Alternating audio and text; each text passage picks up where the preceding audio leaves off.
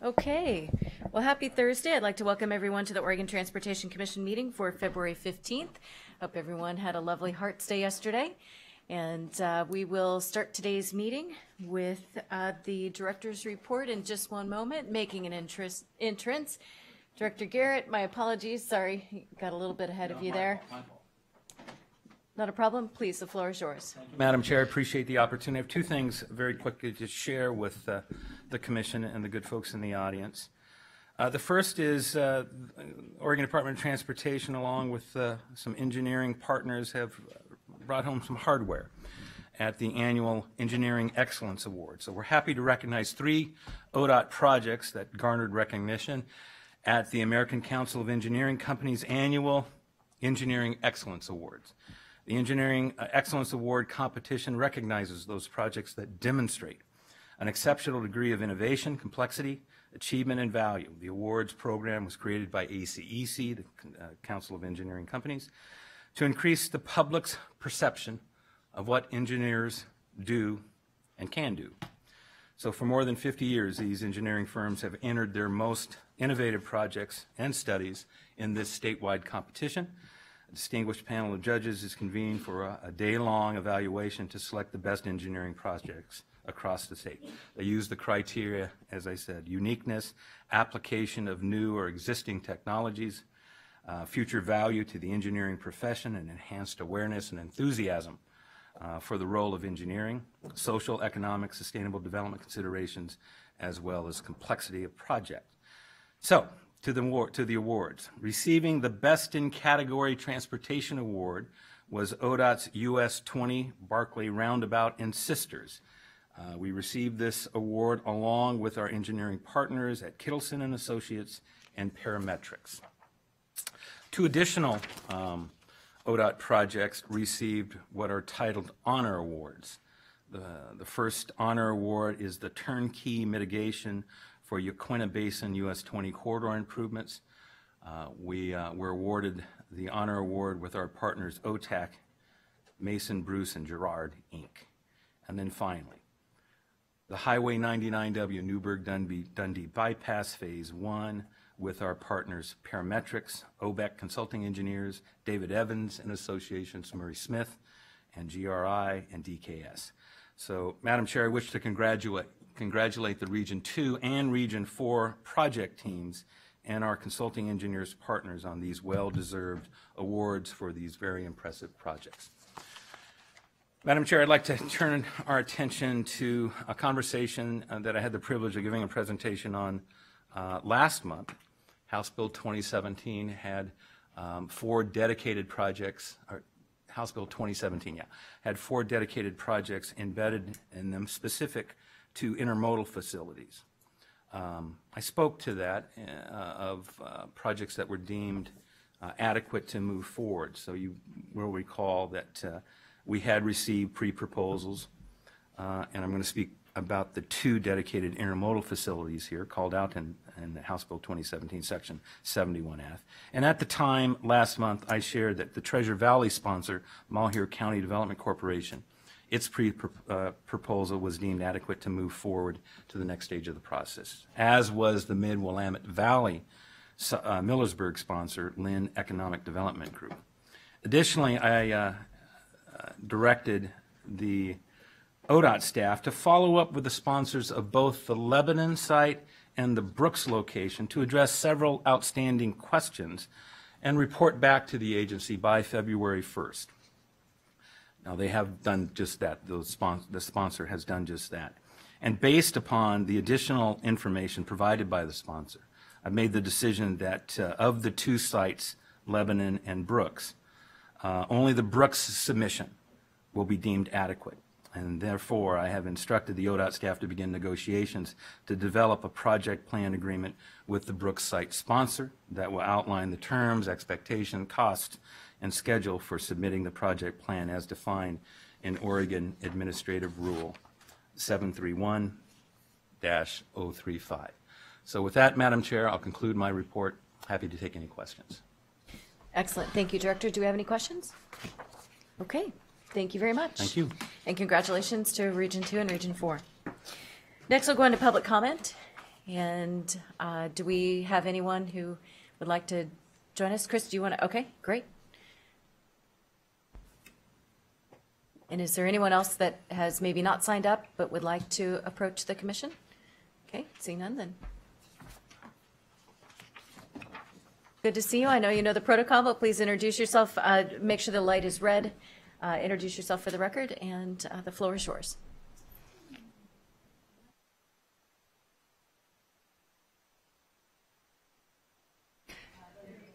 All right. Good morning, everyone. Happy February. My name is Chris Hagerbaumer. I work at the Oregon Environmental Council, and I'm actually addressing, it is item D, but you didn't have a sign-up sheet, so I thought I'd just go ahead.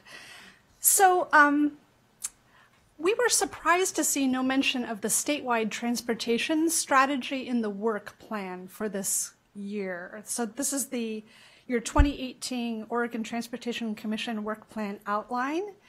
And as most commissioners know, this was a legislatively mandated blueprint for achieving greenhouse gas emissions from the transportation sector. It was developed by a number of stakeholders, including Oregon Environmental Council. It utilized, speaking of awards, it utilized an ODOT-developed national award-winning model called Green Step, and it was accepted, I'm going to highlight that word, accepted by the Oregon Transportation Commission in 2013. So the statewide transportation strategy is a serious, well thought out plan, and I've passed out the executive summary there, or your assistant has, and it outlines those actions we need to take to reduce the greenhouse gas emissions in this state to safer levels and to demonstrate the leadership needed to protect the planet and its people from the severe consequences of climate change. Implementation of the statewide transportation strategy and the related metropolitan planning organization efforts with local governments that they look at the light duty sector of transportation.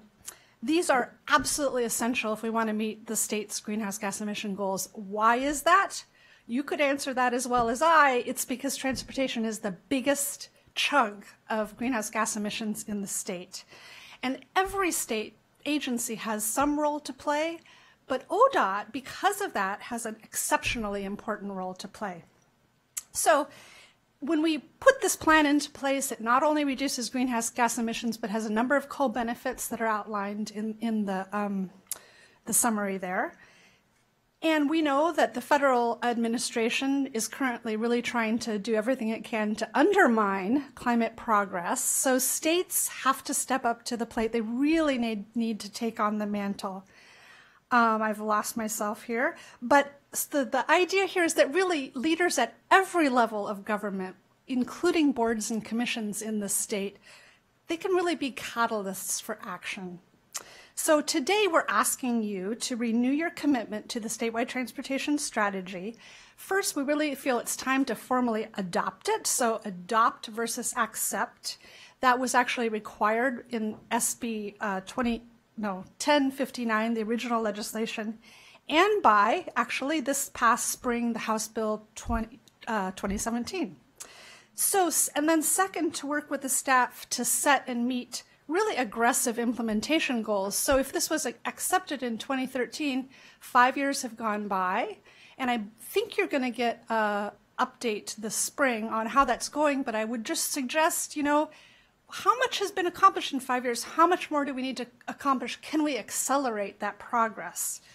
So there's also the issue of the metropolitan planning organizations, the local government work, and really in recent years that's kind of come to, it's not been particularly, not much has been happening, let's put it that way. And so I really think it's time also for more dollars and assistance from ODOT to be put in that direction. And finally, then, all of this should really be reflected in that work plan that you'll be discussing today. I think probably many of you have remarked to a colleague or a friend lately, wow, this weather is weird. It's really strange. The flowers are already coming up. The snowpack is at 30 to 50% of what it should be at this time of the year, which is going to impact agriculture. We are already feeling the effects of climate change. We have got to act, and you have in your power is there to help make that happen. So we hope that you will do those things. Thank you. Do we have questions? Okay. Well, I think your comments are very timely, and we are expecting an update. And I just see you've noted our sister agency engagement as well. So very much appreciate your comments today. I think it's very spot on. Thank you.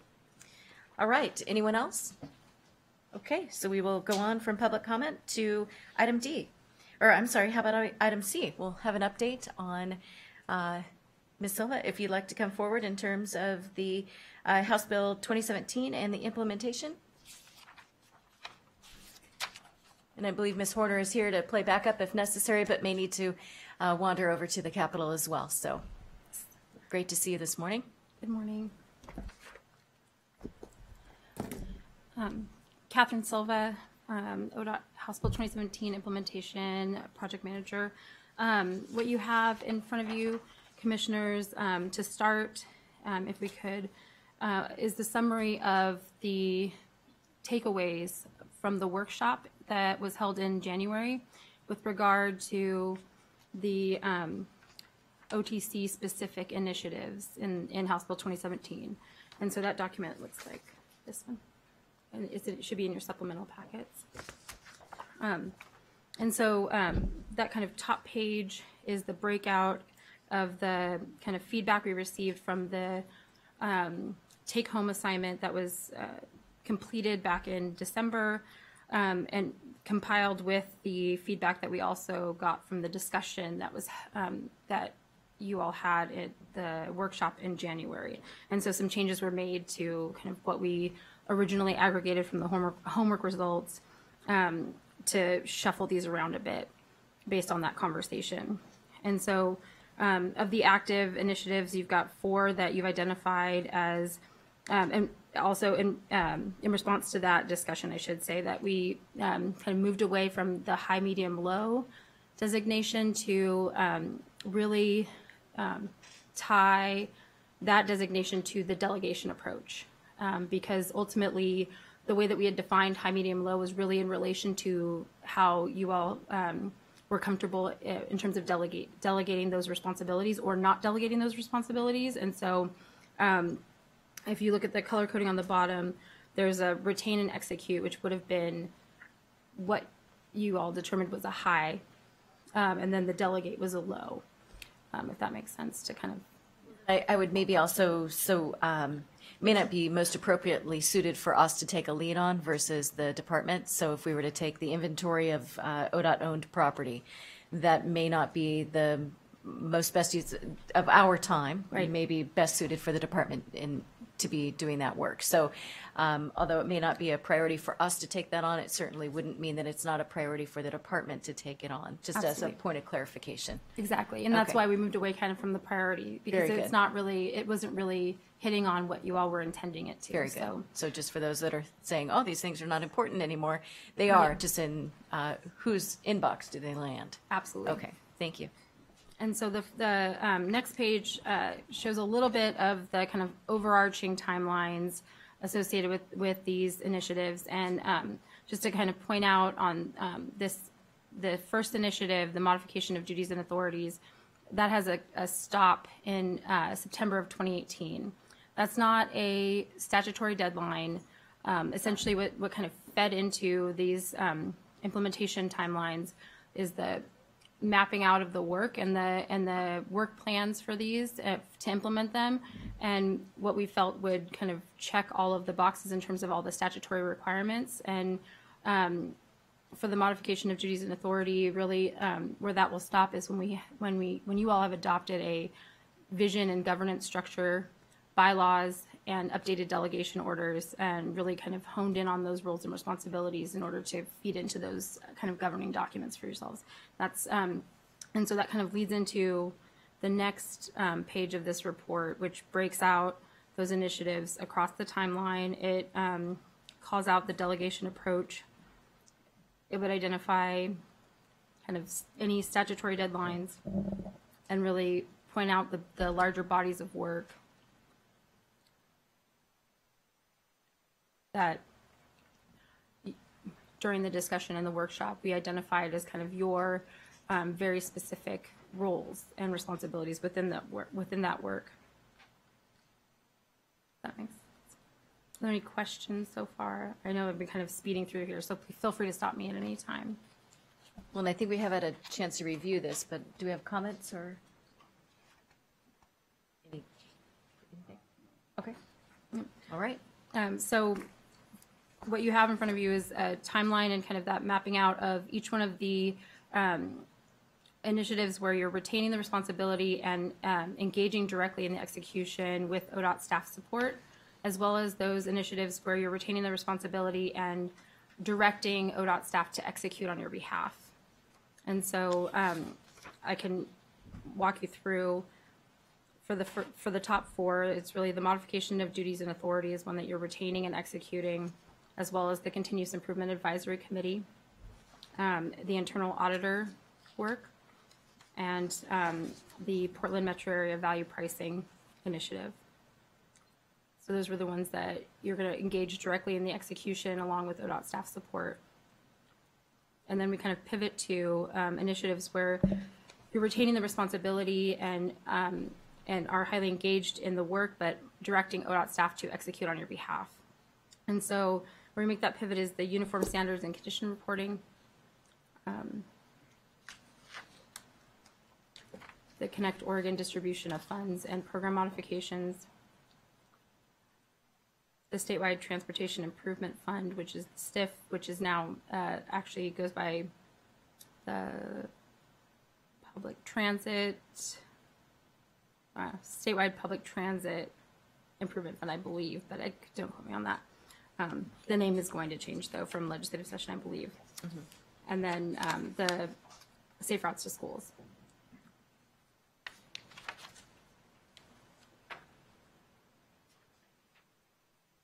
Okay. And so, of course, there are other initiatives that kind of live underneath your purview, and those that kind of we have identified as initiatives that would be delegated to the department to execute on your behalf. While it kind of got the designation as a delegated initiative, there are elements within those that can't be delegated. So, for example, the cost completion studies are the commission has to retain ownership of the actual reports and studies that get submitted to the Joint Committee on Transportation.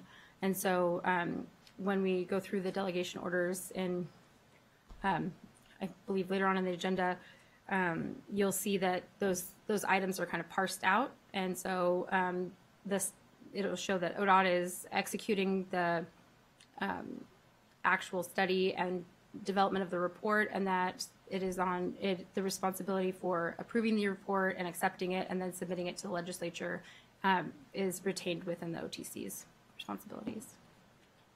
And so there isn't a full delegation of any of these. It's almost the delegation of who's taking the lead. Right. So it doesn't mean that we wouldn't be actively involved.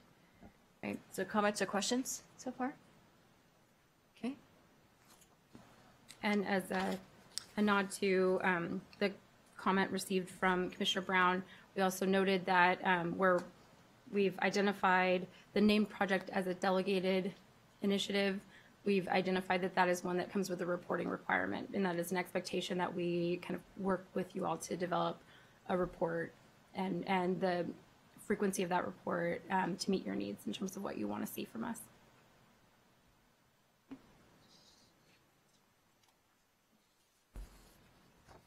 Okay. Okay. So the other document here is the implementation dashboard, really just continuing to refine kind of the formatting of this, and the outstanding kind of remaining question is for you all is, is there any piece of information about these initiatives and the work that's being done that is missing from this report that you feel would be helpful for us to include, that you want to see, and we can really modify this to meet your needs, and so but we kind of want to settle on a standard of reporting every month that you're comfortable with. Please. Kat, thanks very much. I appreciate all the time. I mean, this is a big thing to wrestle with and try to come with, what do we want to see? Because when we see it, we go, oh, that's not what I wanted. Or when you bring us something, this is getting closer and closer to what I'd want to see. So I think, and it's hard to give you really good feedback because it is such a cumbersome and lumpy thing to really pull together. So I appreciate what you've done, and I think this is where I would like us to continue going. I'm not sure we're 100% there yet, but thank you very much. And as things change, I mean, we're at the beginning steps. Right. Everything's green. I love it. It's not going to happen. And I think how do we get more in depth with things that are falling behind? And how do we get you the information? And I would look at the rest of the staff. How do we get ODOT staff the level of information that you need so that we can make the best decisions for all of us? And I think that's what's so cumbersome, and trying to boil this down to a 2 or 6-page report. That's not easy, so you've done a great job in pulling this together. I think some of it, because it is new, you get some blank stares, what the heck did that just mean? Right. But I think, you know, you've done a great job in pulling all this together. So I'm comfortable and cautious at the same time with how we use this. So let it be a living document for me anyway, so that we can make some real positive changes for you and for all of us that are pulling this together. But thank you very much for all the work that you've done, because I'm sure this wasn't your first iteration. And you probably went through several to get to this point, so thank you. Well done. Please. Just a quick question related to this value pricing Yes. line item.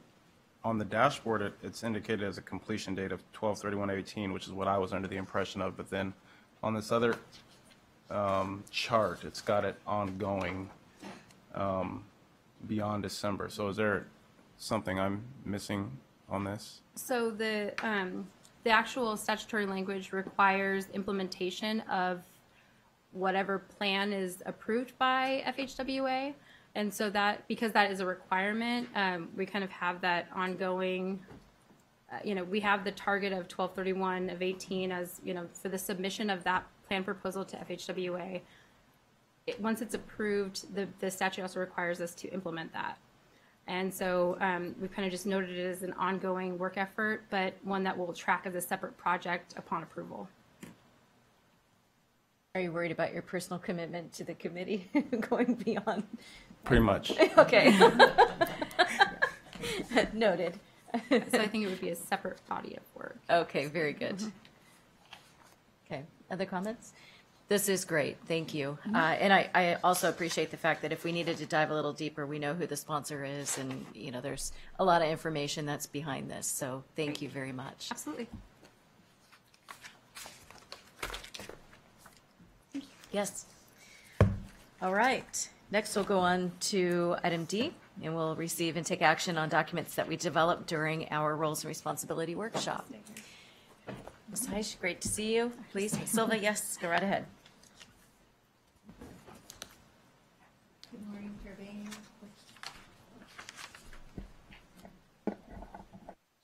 There you go. Good morning, Chair Bainey, members of the Commission. For the record, my name is Bonnie Heitch, and I'm with the Oregon Department of Justice. And we're here to talk about the delegation policy and the delegation order. There's 2 documents here. The delegation policy was developed and approved in 2010, and we have taken it and revised it and updated it to meet the statutory obligations that are currently on the books for both the department and for the commission in 2018. The policy itself has basically been dusted off. It hasn't been all that, the basic premises haven't changed all that much. The policy decisions default to the commission, and all of the administrative and statutory mandates that are directed to the department go to the director, unless otherwise delegated. And that's our general framework. This policy has been revised in part in that we've updated the definition of administration, operations, and management functions. And we have revised the appendixes A and B to reflect the statutory changes and the language within the statutory changes that go to both the OTC and to the department/director.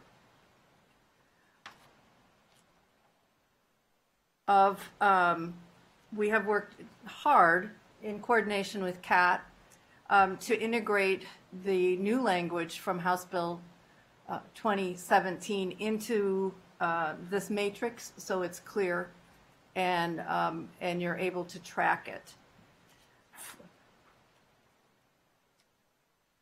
The delegation policy remains the same, that where there's overlapping statutory authorities, sometimes the statute gives the agency authority, sometimes it gives the director authority, and sometimes it gives the commission authority. Where we have those three overlapping or a combination of those overlapping authorities, it defaults to the commission unless otherwise delegated. The second document that you have before you is the actual delegation order based on the new revised statutory changes. We've updated that delegation order, and these would be the delegations that the commission is giving to the director.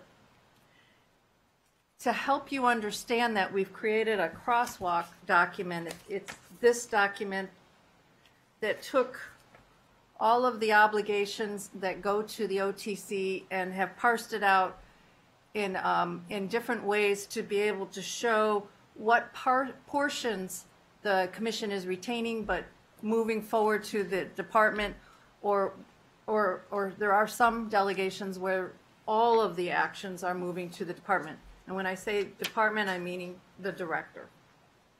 And Bonnie, you're referencing attachment 3 right now. I am.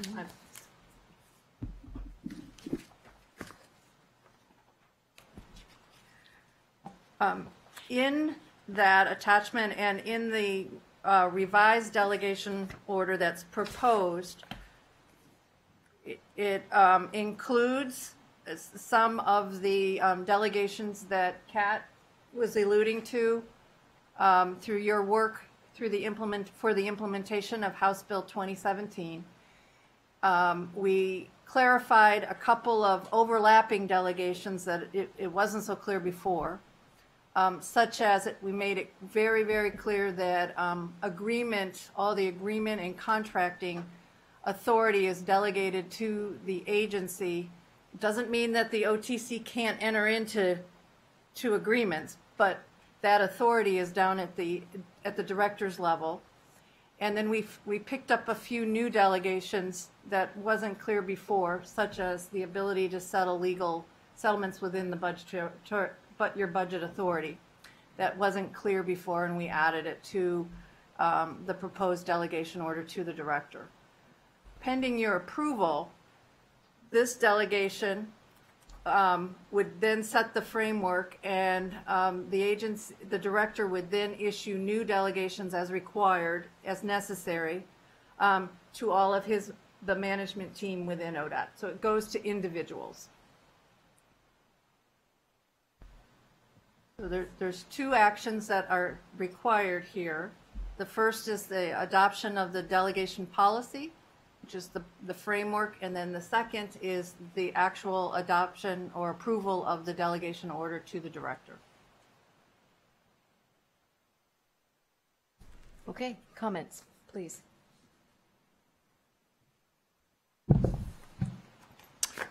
So I just want to quickly compliment those that worked on this. It's a good piece of work, both documents. Since I had my questions answered in the course of your comments, I don't have further questions, so I'll defer to others. If there are no questions, though, I'd be prepared to move these two items forward. Please, Commissioner Brown. So we're making a few policy changes here, and I appreciate that, and I think we need to be aware of this. So for item 21 on delegation authority, approve changes for funding for projects in the STIP under 500,000 or 25% change. I know we talked about that. I am not comfortable with 25%. Okay. But I can be, I'm one vote, I realize that.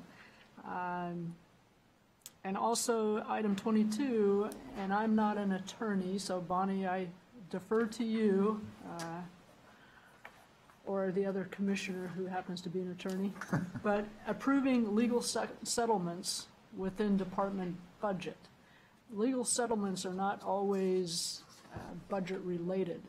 And so delegating that authority to the director with all trust and confidence in the director is great, but what does that leave us open, from an OTC standpoint? Should we be seeing some of these things? Should we delegate that authority, or should we retain that?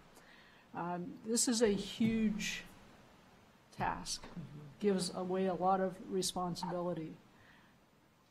I guess what I would have liked to have seen is sort of the strike out and replace, see what the changes are and what we're doing. Seems like we've been talking about this, but I haven't seen it this plainly until I copied these when I got them last Thursday or Friday, whenever we got them.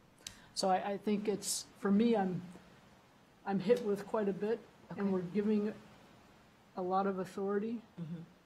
Are we ready to do that today? So I almost would like to see kind of the strike-through comments and see what has changed, what are we doing differently, and a lot has changed since 2010. But I'm a little leery in approving this today, but would throw that back at you. Okay. Thank you. Very good. Chair. Would you like to respond to the first couple questions, and then we can take up the piece of getting a strike-through piece? I think mainly one of the greatest concerns was around contracting and being able to sign contracts. So if you wanted to pepper it with that concern that we may be operating outside of what our responsibilities are right now. So on contracting had always been within the scope of the director's authority under statute. Under House Bill 2017, that authority also was moved to the OTC.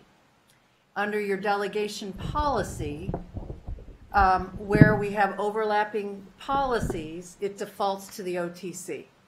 So because of House Bill 2017, we now have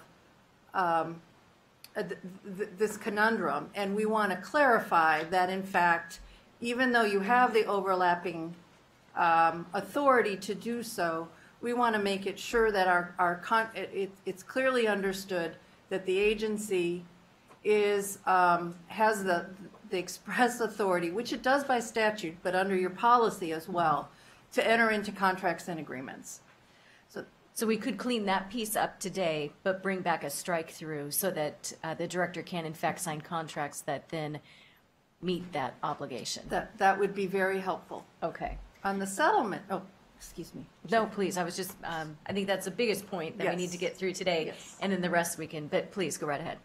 On the settlement authority, it was vague. So from a legal perspective, we had always assumed and had argued that the director has the authority to enter into legal settlements up to his budgetary authority, and then anything that went beyond that would go to the commission. On large and controversial policy-related legal matters, these matters are brought to the OTC in some form, either of an executive session with you, or in some sort of written documentation. And I realize that I haven't kept you informed on the privilege tax challenge, but that's moving along, and is moving along according to the statutory requirements. It's been briefed, but we're not at any point at a settlement. But oftentimes in a settlement situation, we're talking mostly in the tort realm. We're moving at a pace that requires decision making, and we are working closely with our partners at DASC and at Risk Management to develop a settlement that is appropriate. And it doesn't really involve policy. It often is an injured plaintiff that, for whatever reason, there's a lawsuit. And we wanted clarity around that so that we knew that this was, in fact, we thought it was appropriate to spell that settlement authority out in the delegations. It just made it a little more transparent.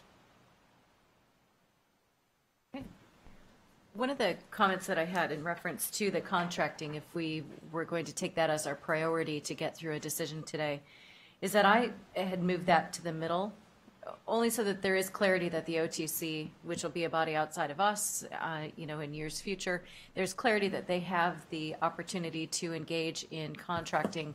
That could be bringing in an expert on an issue that they wanted to be educated on or whatnot. I think for me as chair, it's been a question, can we do that? How do we do that? So I just wonder if that doesn't offer some clarity for bodies outside of this one in the future. So I would throw that to my colleagues of we would be retaining that, but also giving direction to the director for the contracting components of fulfilling the obligations for a transportation system in Oregon, that clearly that's where the signature authority lies. But there's clarity that we also can engage in that arena. Chair Boehne, all of the authorities that are given to the commission, you retain, whether or not you delegate it or not. Sure. What you're delegating is that authority to the director and the department as well. You're sharing it, but you never give it up completely. You always maintain that authority. And so if you wanted to enter into an agreement by yourselves, that you certainly have that authority, and you're not giving that away. Okay, great. So I can see the wheels spinning from Commissioner Brown. Go right ahead. And I know I'm new to this, and even after a year sitting here, I look at what House Bill 2017 intended, and the intent was to be very clear with us that we needed more oversight. Mm-hmm. I totally appreciate the fact that if you delegate authority, you never give away that responsibility. It still is retained by the commission. And thank you for that clarification, because that does help. I mean, there's a couple of things in the crosswalk document where I just had questions, and I feel like we haven't had time to really walk through this. I would be much more comfortable today in taking on the contracting piece separately. Right. And then having us really look at this and think about it and feedback some questions to the director and to Bonnie, look at what the strike through is, and it's going to be a lot because it's totally different than 2010 and the intent at that time. But I would feel that I was doing a better job for Oregon if I took a little bit more time. Okay. We can take care of the contracting piece. I have no issues with that at all. And then let's talk about this next time would be my preference. Okay. I respect that. I think it's also important to note, and maybe this is a conversation for another day, but how we operationalize this, because there have been a number of times where something is delegated to the director, but comes to us for reasons that are unique to the situation. And so there could be something that's well below a signature authority, could be something that's well within the purview of a settlement or whatnot, where the commission is informed. But if you were to go by this document, it maybe wouldn't be quite as clear. So it's, I think that the practice is to lean on more information to the OTC than less. And there are times where even below these numbers, we are informed for reasons that are just unique circumstances. And Madam Chair, I appreciate that, and if I can add one Yes, comment, because please. I think Director Garrett's very good at bringing to us policy issues, and I would hope that that would continue, and I'm sure it will. But if there is any doubt, if there is any, all of us have that little voice in the back of our head, I need to make sure the commission sees this before I just blindly sign away, and I have all faith in Director Garrett that he would continue to do that as part of delegated authorities. You still want to keep the board informed, as we were told by the legislative folks that came and spoke to us. So Sure. I have all faith that that will happen. I have faith that Bonnie will keep things on track for us and keep us legal as well, and make sure that we are informed. And even if it's a consent item or a discussion point, but I'm just not, I haven't dived into the details, and there's a lot of detail with this item. So thank you very much. Okay, and I have questions on it as well, but I think what we need is maybe more time, and we'll come back. But Commissioner Simpson, please. So I'm just curious whether or not if this is something we should focus our attention on in one of these forums, or should it be more workshop oriented? Like, I mean, because I feel like we can dig into things a lot deeper when we're targeting particular topics in kind of the workshop setting, like we've done with other topics. I think that has been beneficial. We could start using, and I almost feel like we're leaning in that direction to start using the ability for workshops. Still public, not a decision-making space, but a place for us to maybe, in less formal, to really sort through things. So maybe this is a good opportunity to do that. Obviously, that won't be afforded to us today, but if we could get through the contracting piece, then we can work offline to be able to bring that back. Please, Ms. Silva. Chair Baney and Commissioners, if I might also add a supplemental request to the contracting piece, which is to include those components within the delegation order that are linked to the initiatives. So in the report that you received today from me, where it kind of outlines the takeaways from the workshop and the decisions kind of around how to engage, delegate, or retain the responsibilities related to the initiatives. If you all felt comfortable to also include that with today's approval, it would not be all inclusive of the delegation orders, because there's quite a bit there, and but it wouldn't include the STIP component that Commissioner Brown mentioned, or the or item 22 for that matter. It would just be specifically those tasks and responsibilities under each initiative. So if we were to go back to this document, Right. is that, okay, so how about, let's, for clarity, be specific about each decision point that we want to try to get through today. And so if we were to take the contracting piece, that's peppered throughout this document as well, though? Is that what you're, no? No, So- yeah, so that's what I'm saying, the pieces that, the contracting piece is a separate component. It is part of House Bill 2017, but it's not an OTC-specific initiative. Very good, right.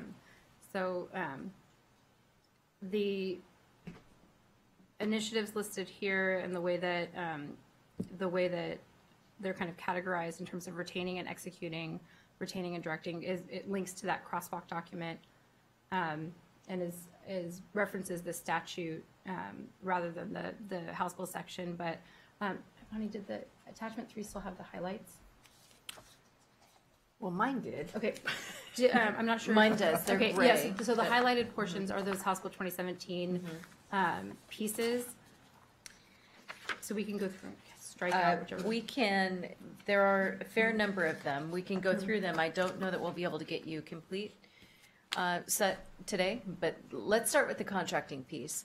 And I think I'm going to, although, yes, we do retain the authority regardless if we delegate, I think I would like to go ahead and utilize that middle column on the contracting piece, unless there is a compelling argument to go ahead and put that clearly over to all or part 2 delegated to the director. That will allow us to sign contracts, correct? And then we can set. So I am looking, if we're on this document, which seems, number 3, then I am on item 21 on page 2 of 11.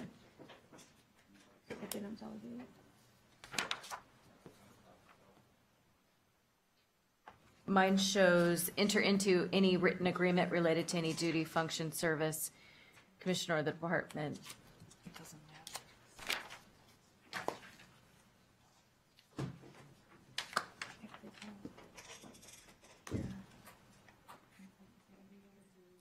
Move it to the middle where it Middle is. section. Correct. So we still Just so it's- retain the oversight, but the day-to-day direction is, that's fine. Yes. And I get that it's inherent that this remains with us, but I think for the clarity, I'd prefer that we just be more explicit. And I guess I would only ask if Director Garrett has any issues with that. I think that still gives you all the authority that you need to Yeah, do the Madam Chair, day-to-day business. Commissioner Brown, I believe Chairman Maney nailed it. We want to be intentional and explicit, and I think while it exists, let's just be explicit in this document and move that on page 2 of 11, attachment 3, item 21. The X now goes into retained by the OTC with direction to the ODOT director. Let's just be intentional. That's what I've heard.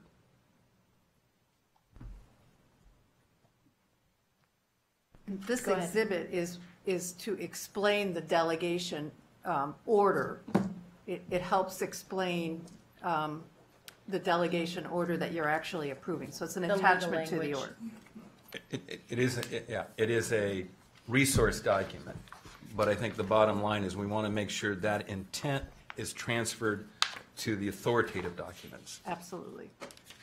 Which the language, so they don't line up. The delegation order number 21, I think, is where we were getting a little off. Attachment 4, is that the delegation order where the language we would want to make sure is in alignment?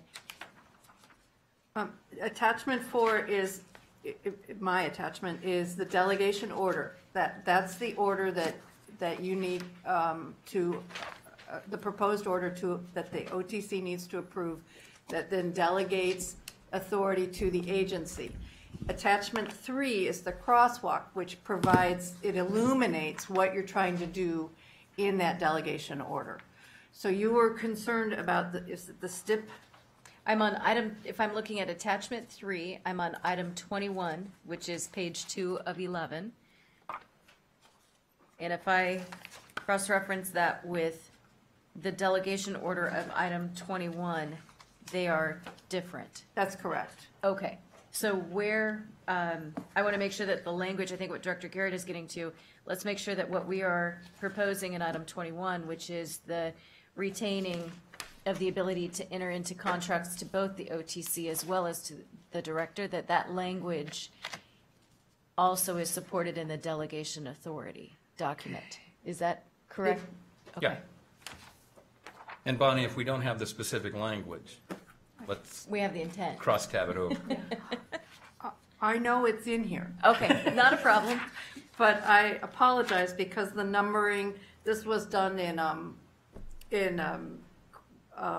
1 through a long number, and this was broken up by task, so the numbers don't necessarily align, but I do know that that I believe it's included in the general authority in number 1, which talks about carrying out the administration, operations, and management functions. And Madam Chair, I think I'll work with council and we'll just make sure we're intentional. And we may just piggyback on to 1 and just as is, or as an example, or something like that. But we'll make sure that there is the alignment and the syncing up of the language in attachment 3 with the authoritative document of attachment 4. I would share to Commissioner Brown's comment on attachment 4, number 21. we had a conversation, I think it was back in June, and you're exactly where you were last time. And I just want to make sure that it's understood that it's, whether it's $500,000 or 25%, it goes on to say whichever is less. I think your position hasn't changed, but I think in June, I think it was, I'll just say the sense of the commission at that time, that language was fine. And we can go back and revisit that, as I think we need to maybe take another month to start to truly digest this document. I think we need to take both the delegation order as well as the policy and give the commission a red line. I think we may have done that over time, but as we move to closure, or we seek approval, I think it's important that the commission has everything. And to your point, Commissioner Brown, this is a big decision. I want to know what's changed from where we were not only in 2010, but from the conversations that have played themselves out over the 6 or 7 months because of the impact and implications of House Bill 2017. It's a big deal. We're not harmed by waiting a month, and I want to make sure you have all the pieces of information that help you make the decision at the end of the day. And as noted, really the only pressing piece is the contracting. We want to make sure that we're in alignment Well, there. perhaps we Please. could just make a statement for the record that we delegate contracting authority, and then I might need you to help clarify, but really it's the authority to carry out administrative operations and management functions of the department to include contracts within budget authority that's been given. And if we can make that statement today and then carry out the rest of this next month Right. with the details so that we're all clear on, the crosswalk is one document, the delegated authority is another, and then we have the other policy direction that we're trying to give. I think it's fairly clear we're not synced with that yet. And I want to be. I think there's been a lot of work here. I think you guys have done a lot of work, and we're trying to absorb it, and our sponge mechanism isn't as good as we'd like. So I think we just need to be really understanding where this is. Are we all in agreement? If I can get around to 25%, that's the number that just bugs the heck out of me. That's a huge number. That's a big percentage to allow change orders. So that's just where I'm at, just personally.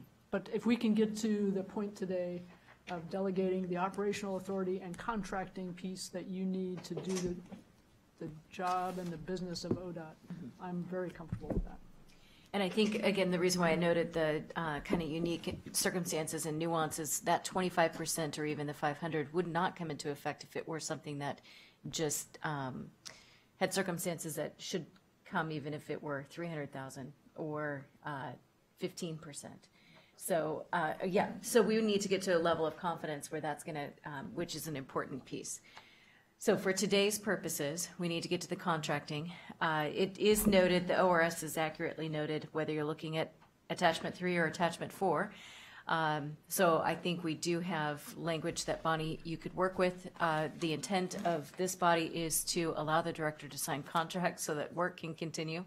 And then we would like to have a red line version brought back, and we will set forth some workshop time next month to be able to go into it a little more detail. Does that reflect where we are? And I think we should all do our homework and send back comments. I think that would help everyone, and maybe send them to you if that's okay, where we say, hey, I've got concerns with this. Sure. And to Bonnie and Kat That as makes well, sense. just to make sure that we're clear with if there are specific concerns or if we're just cloudy. I think the only consideration there from a legal perspective is that we wouldn't want to have a serial meeting of communications of this document outside of That's why I think public. we send them to you. Okay, We'd be and good. just know that if I don't engage in dialogue, fine. it's nothing personal, just keeping us all out of harm's way. All right, This is Commissioner, fine. please. No, Okay, that's fine. all right. Bonnie, do you have what you need? I do. Thank you. Okay, Kat, do you have, now we need to go to the other document. What clarity do we need to offer for you so that we can move forward for the 30 days until we meet again?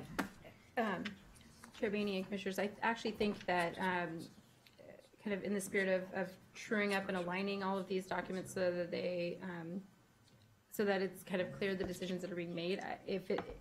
I can come back next month, Bonnie, and bring this crosswalk document that links to those initiatives so that you approve the delegation orders all in kind of one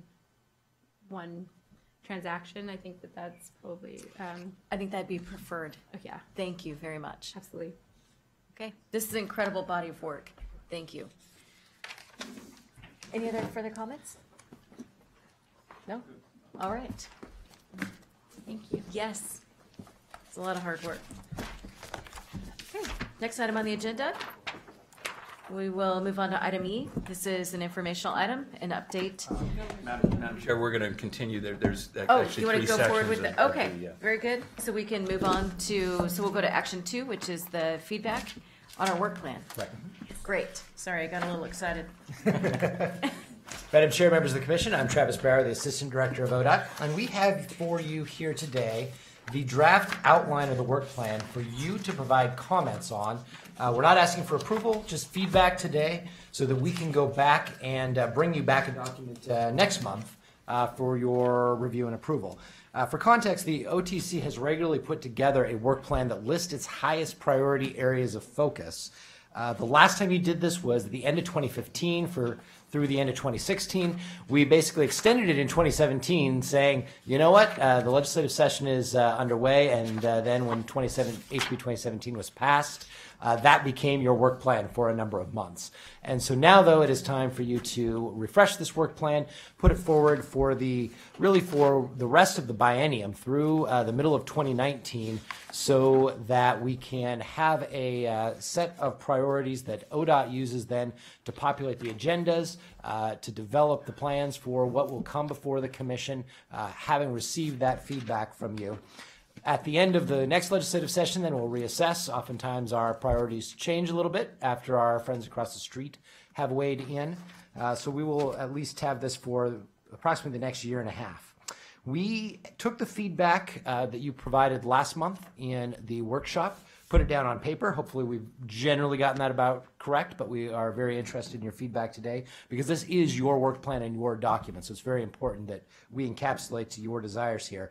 We use the same format that we've used in the past years and really focus on laying out the top priorities that we hope that then will help focus ODOT and the Commission on those high priority areas where you're really going to work something in depth, more than just perhaps an informational presentation or just occasional check-in. These are the areas where you're really going to focus.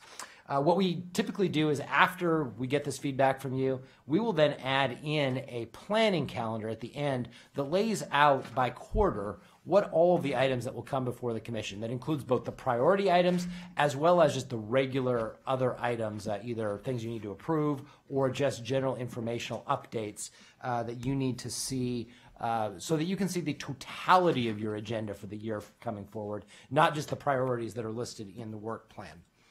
So with that, I'll turn to Ms. Averbeck if she has anything else to add. Lynn Averbeck, Interim Commission Manager, and Chair Boehne and Commissioners, I don't really have much to add to that. He's a tough act to follow. So we'll just hear your comments and incorporate anything needed, answer your questions. Okay, please. I just had a quick question of how under our plan development section on plan implementation, the 5 modal plans, where are we at in terms of, I guess, from your guys' perspective, of additional plans or strategies that you think we could be working on that could support the direction where we're going for the future of the department? I see there's an outlying area here around autonomous vehicles, but I'm just curious if there's other plans that we should be considering that could be added to this list.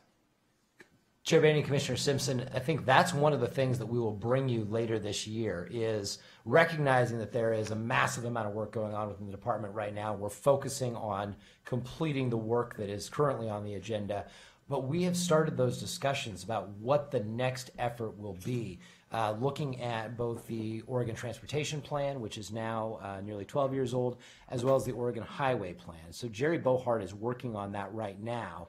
And we'll be presenting, I think, some opportunities later in the year as we look toward what that strategy might look like to refresh those plans going forward. So that brings me to that we probably should have that on our work plan, the OTP.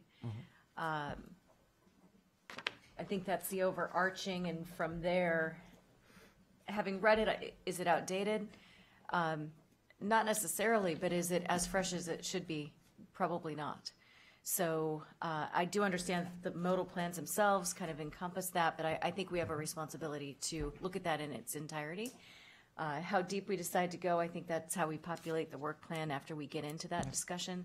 But I do think that rather adding more plans, that we actually look at what we have today and then determine from there what gaps we might see. Please. Madam Chair, thank you. And I would say that there's a one-liner that sort of hints at that when we look at page 3.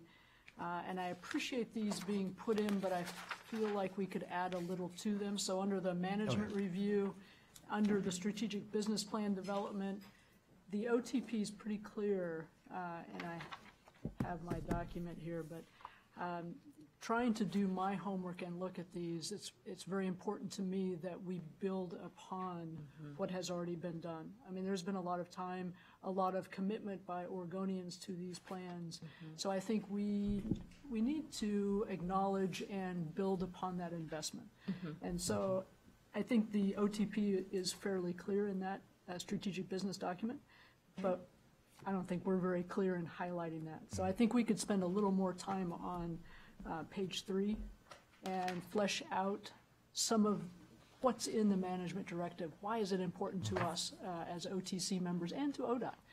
Why is the strategic business plan development and implementation, and call out the years that we're looking at and what's important in those items? Because I think, again, that builds upon what we've already done and what we said was important in the past, in addition to the implementation of House Bill 2017, which clearly has to be a focus of today, without losing track of the focus for the future, rather than just these few years. So we kind of have two, so I see the strategic business plan as more of kind of an internal look, and then this other piece as the external.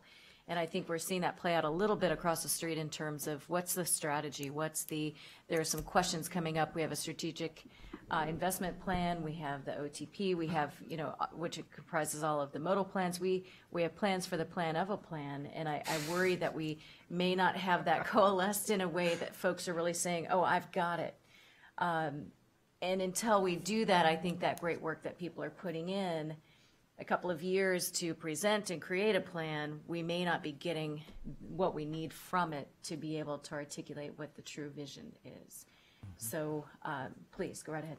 Yeah, and I just want to make sure that we're capturing, because this kind of overlaps back into our previous conversation related to our responsibilities and delegations and, quite frankly, policy development, and whether or not if that policy development in terms of the route we choose to go down is synonymous with these current plans, or if they need some tweaking. So that was really the premise of my question. Okay, very good. So I guess my thinking on this is that we have,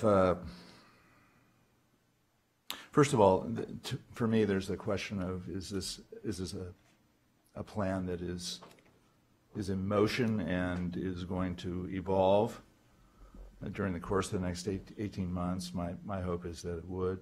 So this, to me, is in some respects a snapshot. I know we're looking at trying to get some clarity around what we're going to be focused on, and that's important to the agency because it needs to know what we want to be focused on as a commission in order to do its work.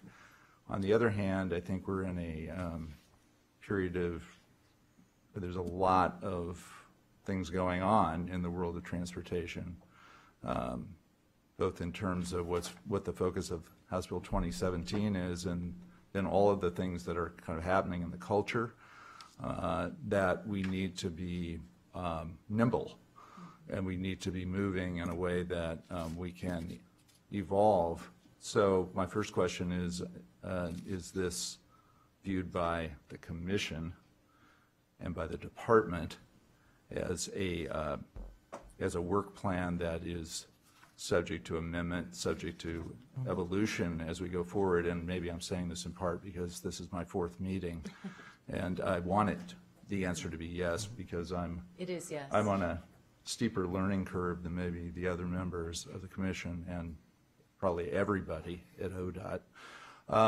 So thank you for the answer.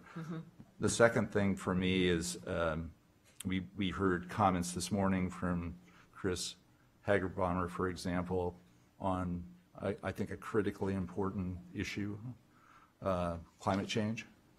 I think we need to be thinking about what we're doing in the context of that, and many other things that aren't encapsulated.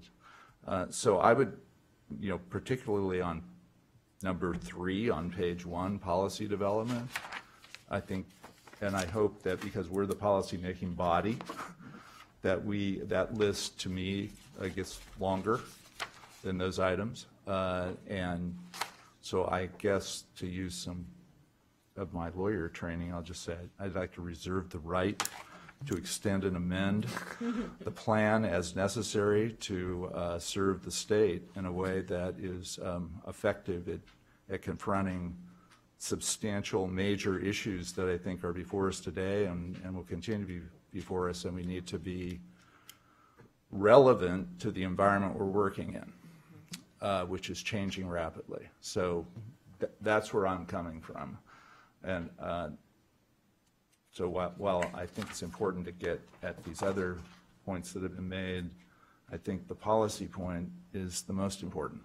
And I often say in my law firm that, for example, on the executive committee of my law firm, what can only we do as the board of my law firm? And I would say that ask the same question here. What is it that only the commission can do? And I want to make sure we're doing that. And policy, to me, is at the top of that. So to kind of bring this full circle, and I'll end, when we get public comment, like we got this morning, I want to be flexible and open to learning more about that and making sure we're being attentive to it. So I don't want to be locked into anything, and no one here is suggesting that, but I just want to get that on the record, that I view this as a work plan that is subject to change. Great. And that's the intent. So Okay. I'm Very happy good. that that's your understanding and you're supportive of that too. Probably a little challenging for staff in terms of trying to manage through that, but I think, Of course. as you've noted, there are, 12 years ago, how many conversations were taking into account autonomous vehicles. Not as many as today. So how are we adjusting to the changes within the environment as well? So what does that mean in terms of the outline for the work plan? Do you feel any changes after that conversation, or do you think that that's captured in what's been presented? In terms of the issue around climate change specifically, or just? Well, in the work plan and in terms of the policy plans and ability for us to have clear guidance of where we're headed. Please. Sorry, Travis, just real fast. Under this item 3, under policy development, and I'm just curious as it relates, we're just kind of siloing autonomous vehicles, and I almost feel like we should be a little bit more broad in terms of like innovation and technology, because it falls under that. Because there could be so many different things that come at us in the next 5 to 10 years. We have no idea what that looks like or what that could potentially be. And as we're looking at policies, I want to make sure that we have the flexibility to be nimble enough to address some of those things that come at us that we cannot foresee right now. Yeah, I was thinking, Commissioner, exactly the same thing. I think we should broaden out a few of these.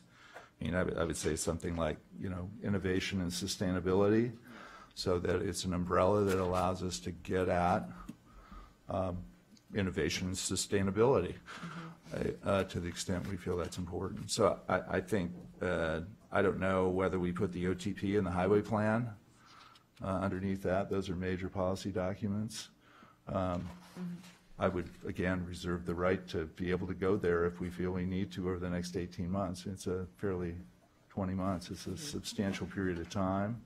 So in a couple of these places, I guess I would broaden out like that. Those specifically, I think, would be good to include, even if we don't get to them, or get to them as, complete them, I guess is what I'm saying.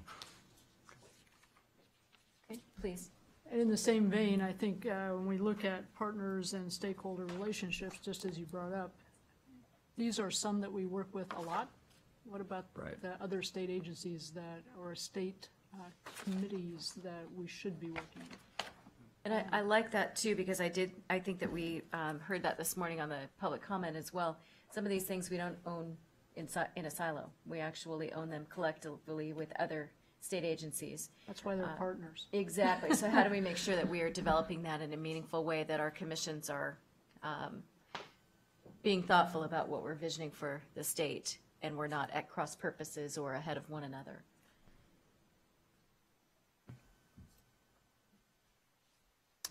Are we helping? Madam Chair, may I? So it might be, these are all good conversations, and remember, as Mr. Brower indicated, this is really your palette, right? So paint what you want. I think that's important. So what I would ask, I think we've captured the back and forth here, but maybe a little homework assignment, right? So we are comprehensive, because I think we've stimulated some conversation. It was good conversation. But if the commission could go back and, again, continue to populate it, because there's not a wrong answer. Now, we'll eventually come back together and have a discussion about, well, these are the sideboards, right? There's policy or statute. These are the resourcing issues we have, whether it's human or financial. But to Commissioner Van Broeklen, this is a fluid document. This is a living document, and all those factors or variables influence where we go at some time, because we may have to sequence some things just because of the resourcing type issue.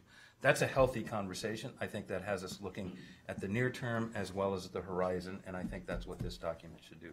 So if we can, we'll take what we've heard, but as over the coming days, if there are other issues as you break this document out into the various sections, if there's something that is a void, or if there's an initiative you want to pursue, I think place it in there, and I think that provides us a significant jump-off point as we continue to refine and polish this document.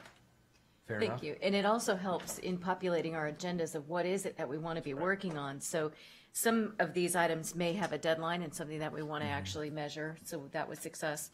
But others will be ongoing. So this is also what is it that we want to be talking about in our meetings and getting to in terms of initiatives or education and awareness.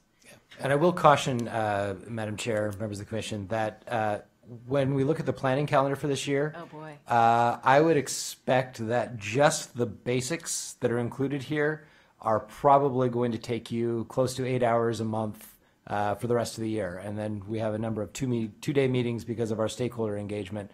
So that's not to say don't add to the list, but recognize your time commitment is already substantial, and that we need to prioritize within that. And so that is, for us, the most important piece. What are we prioritizing to bring to the commission within the scarce time that we have you, because we recognize the value of your time.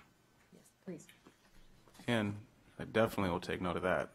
But I was under the impression that related to this HB 2017, that the commission has the authority to bring on its own consulting support as it relates to, obviously, policy development and direction of the department. And I don't know if that ties into this in any way, shape, or form.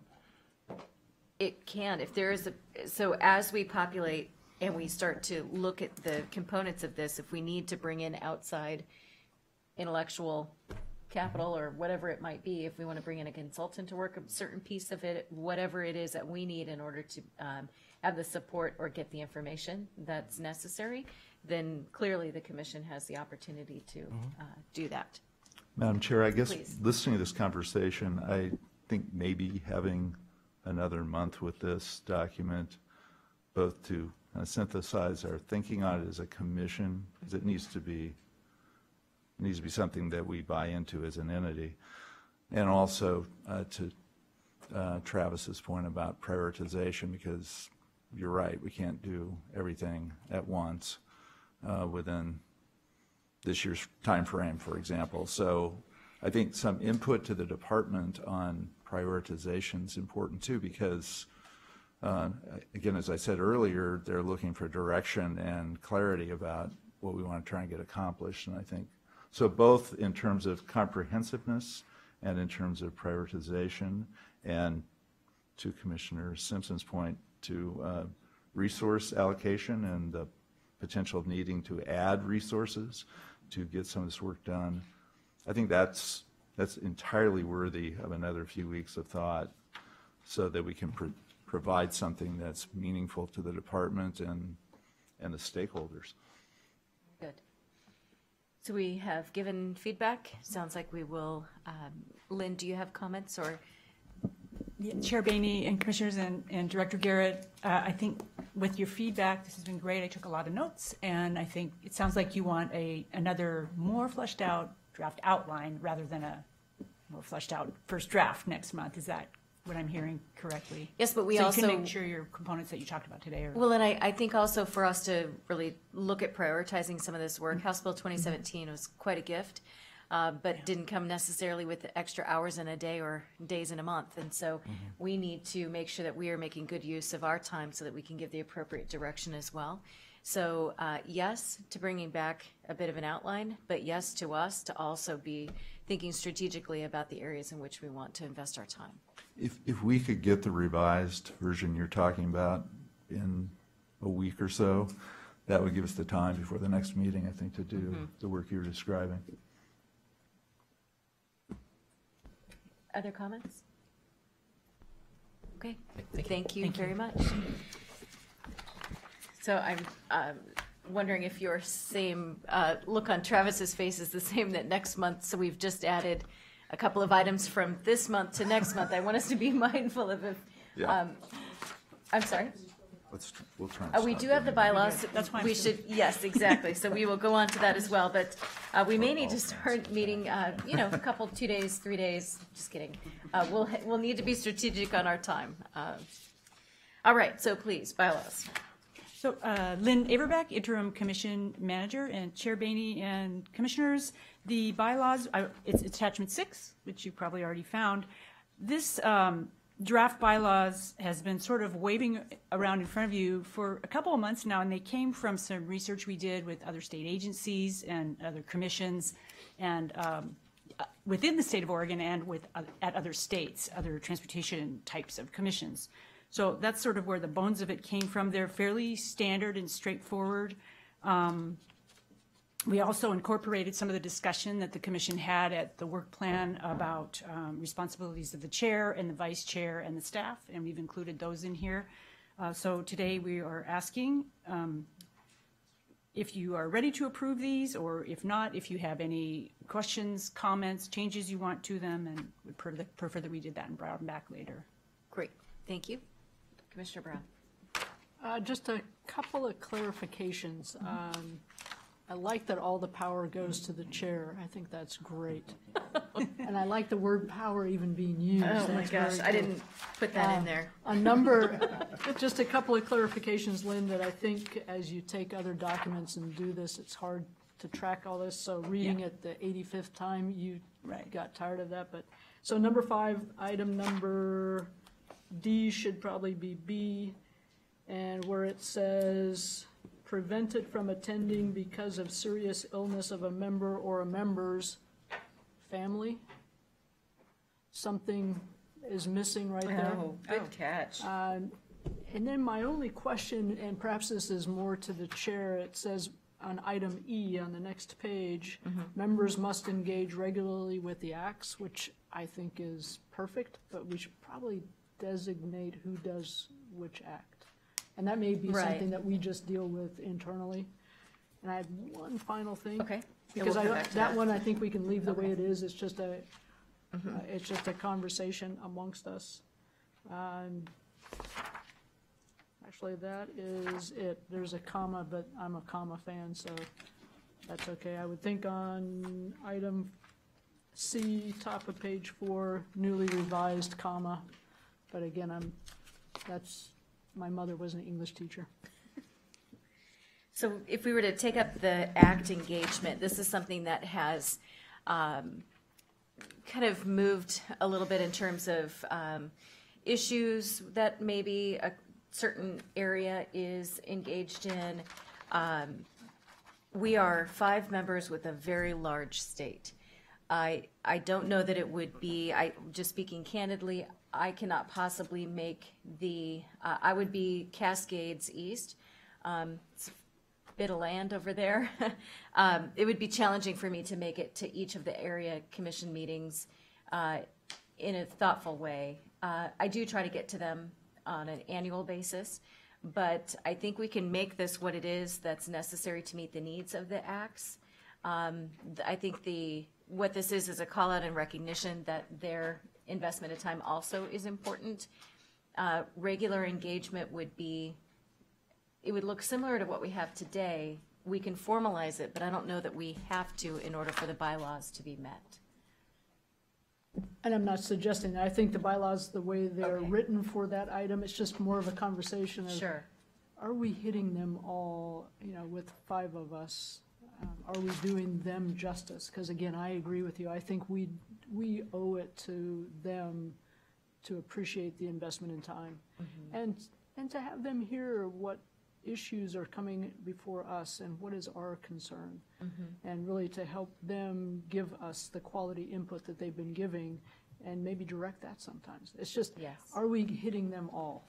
And we will be traveling a lot this year since it's a short session, so we will be getting out, and that is a commitment. I think this also supports making sure that we're getting out to the communities and actually engaging as a body, not just one member, in the great work that they're doing, hearing what their needs are and concerns, but also seeing some of their successes and some of the project development and the investment that this body and our sister agencies are making as well. So that's not really in that item E, but that's the meat behind it, I suppose.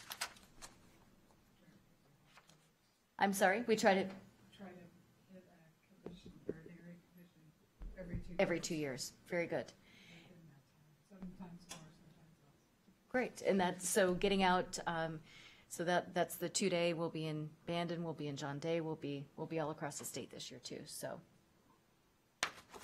Other comments or thoughts on the bylaws? I did note a typo in 2C. Vice is missing the E. Oh.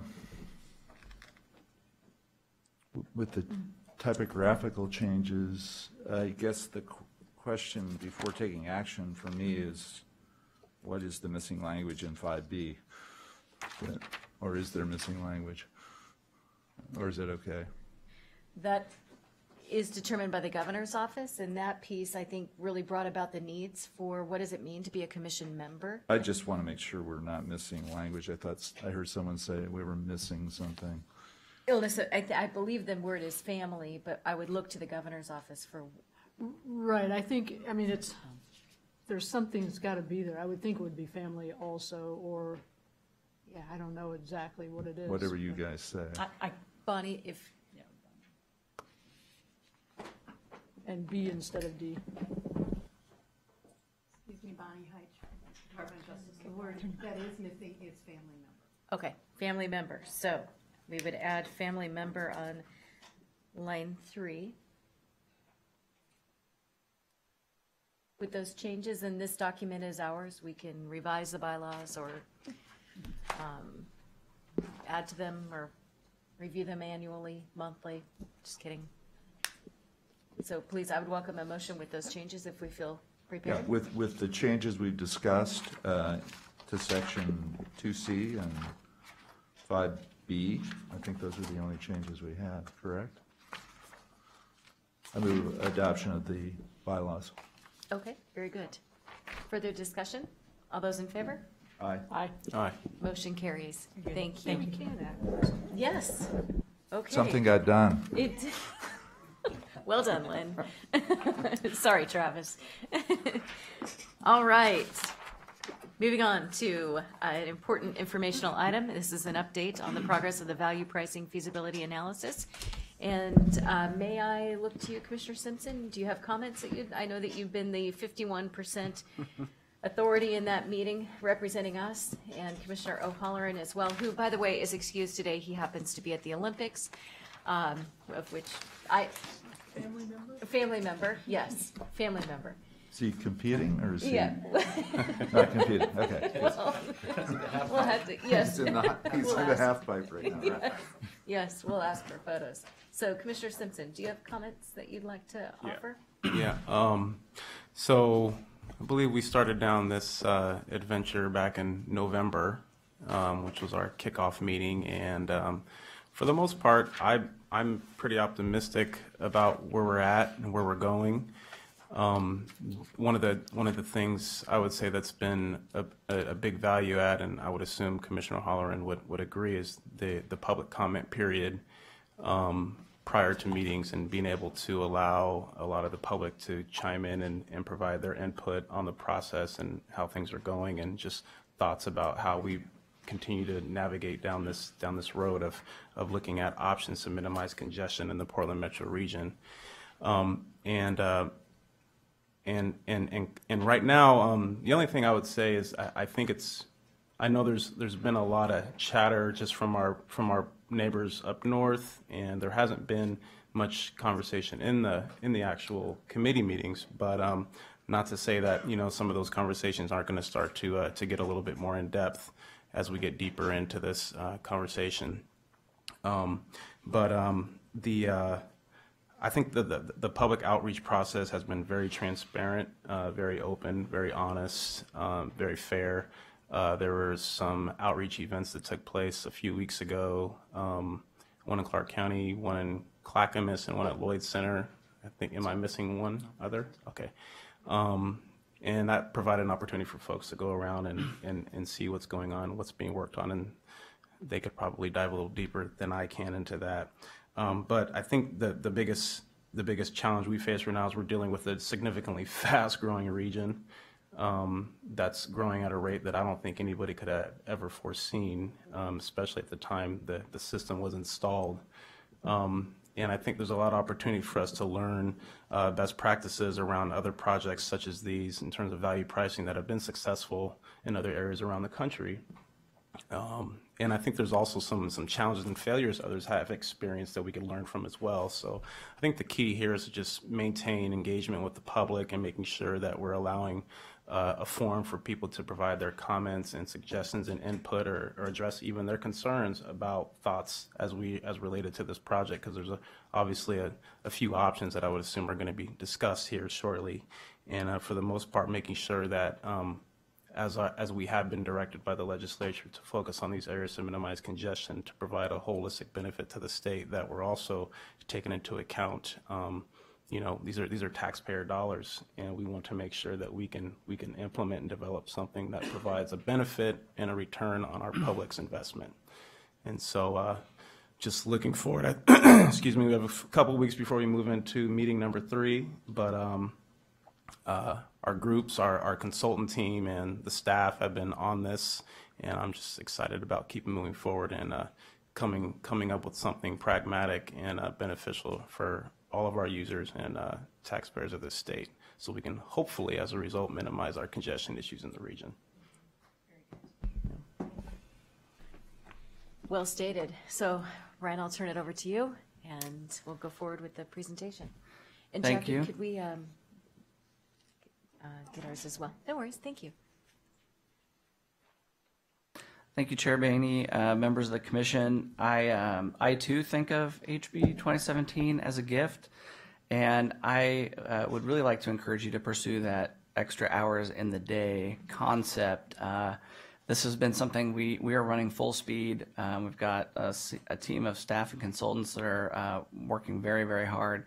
It is challenging just given the time frames and and all the other tasks that we have going on. But I would love some more hours, or even an extra day in the week would also work for me. So, okay, thank you.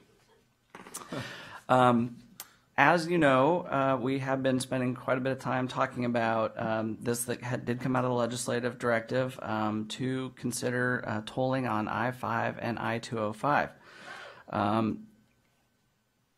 I'm going to spend a very short amount of time moving through the process piece. I feel like we have shared quite a bit of that with you, but I do want to go back over it and let you know the pieces of that and where we've been and what pieces are currently underway.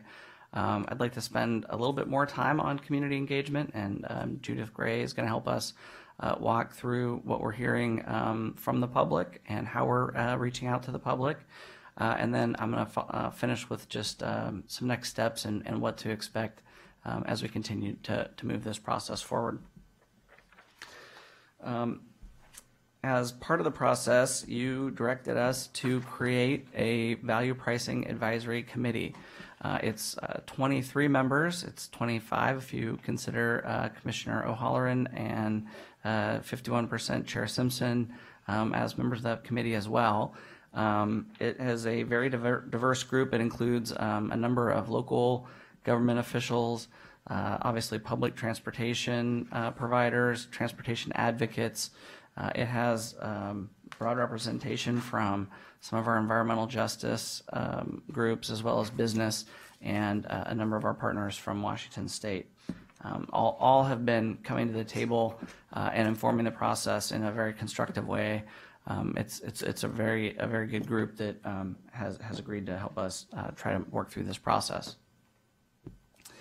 The Policy Advisory Committee charge, and we included a copy of the charter in your packet that goes into a lot more detail, but it's essentially asking them to help us identify the locations on I-5 and 205 that are appropriate for tolling, the types of tolling potentially to pursue, and we're going to get into a little bit of each of these, as well as the mitigation strategies. And all three of those are key components of a successful strategy.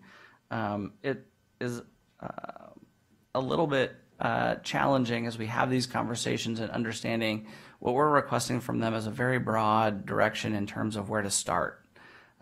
This is not going to get to the level of detail that I think a lot of folks would like to see before making a recommendation to you in terms of exactly how, exactly where, and exactly what other efforts are going to be undertaken in terms of mitigation strategies. But just given our timeline and the long process that we have ahead of us in terms of developing how we might go forward and implementing this, this is really the opportunity to sort of give us that basic broad direction in terms of we think that this is the best opportunity that we ought to investigate further. And so that's the charge that this committee has been working through.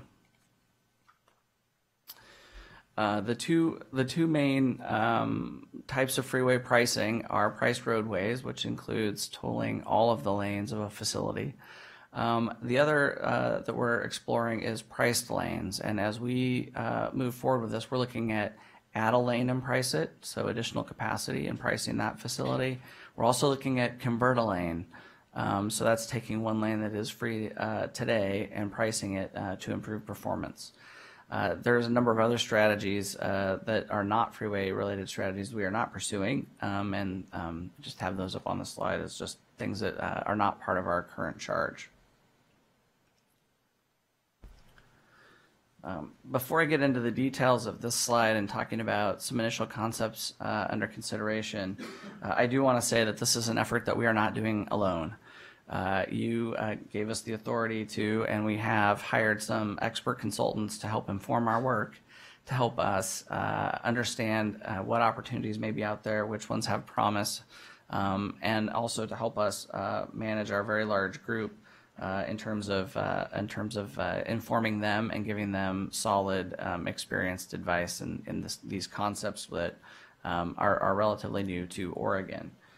We also have Metro staff who help inform our modeling processes. We have RTC staff from the other side of the river that are part of that MPO that are also helping us inform this process, are part of the modeling group and other things that are just adding to that level of transparency that Commissioner Simpson was talking about, and making sure that there's broad understanding of how we're approaching this and what we expect as we move forward on these.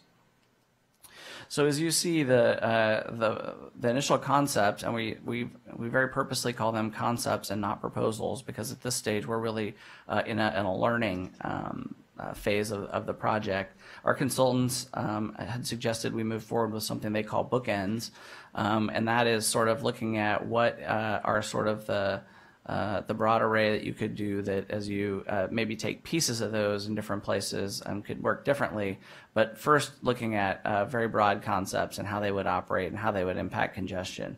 The first is the black, which is a non-priced, so that is essentially our no build. It's the, if you don't do anything, this is how the system operates.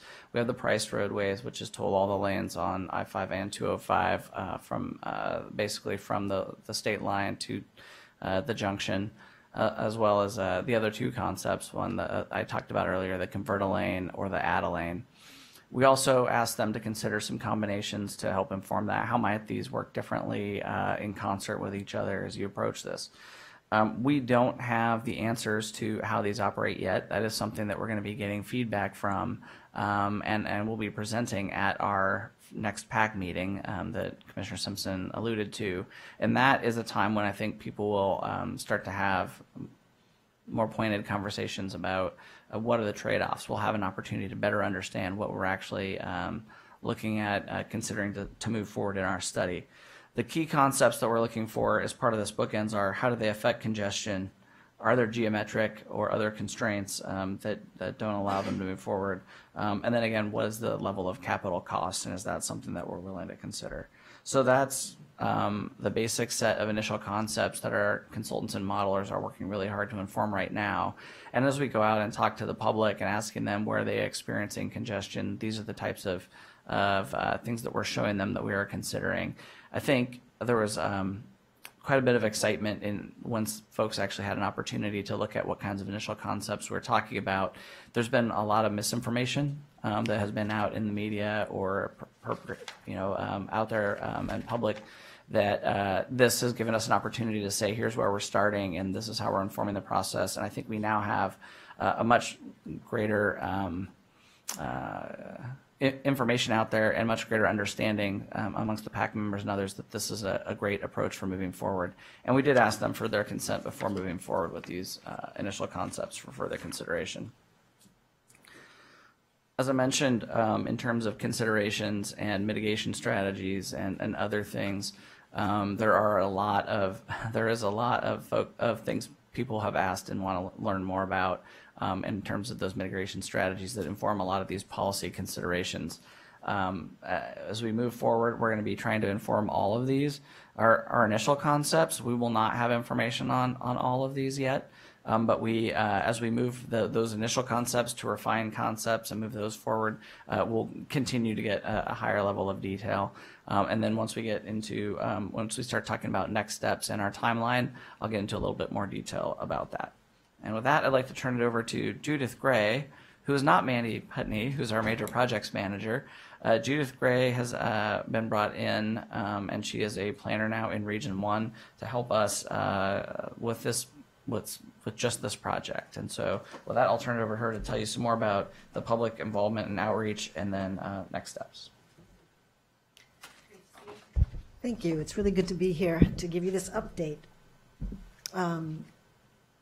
So in the same way that the initial concepts and technical analysis is done really to make sure that everybody gets on the same page with understanding at a broad level what the different kinds of pricing techniques do, how they function regarding geometric and operational constraints, how they perform with traffic operations. So just trying to get everybody on the same page with knowledge.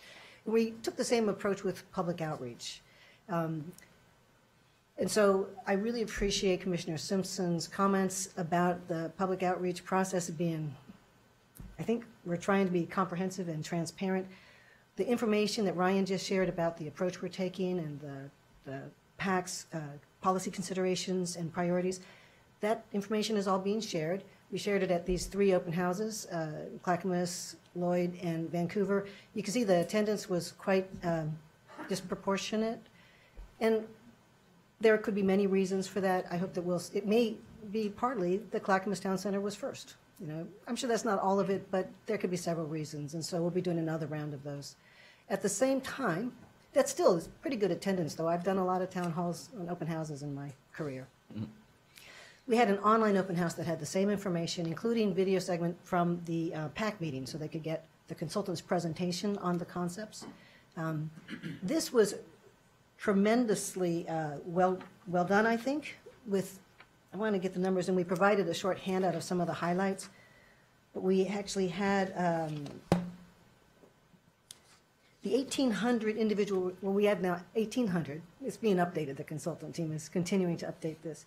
About 1,800 individual responses. That's to the survey, completing the survey. More than 6,700 unique visitors. And at the same time, we have about, I think now we're up to around 800 individual comments to the website or the email address and the Ask ODOT. And so we are responding to everyone. There are some themes, but everyone is, sometimes they're a little bit unique. So we take a look at them all. What I don't have a slide on, but has been another important part of our outreach, is going to community organizations. So at this point, between the second and the third PAC meetings, the one coming up, we have almost 20 different organizations that we're presenting to or are scheduled to. For the most part, we are prioritizing those organizations where one of our PAC members is, because it's important to us that we help them inform their constituents and their colleagues about the decision they're being asked to make. But we haven't had to say no to any requests. We've been to a couple of neighborhood organizations, neighborhood association meetings. We've been to all the coordinating committees. We've been to the MPO at Metro and Southwest Washington, RTC. We're going to Portland Business Alliance, and also made direct contacts specifically to the PAC members, especially those who aren't with government agencies. We know they don't have staff, so we're really trying to be available to support their role.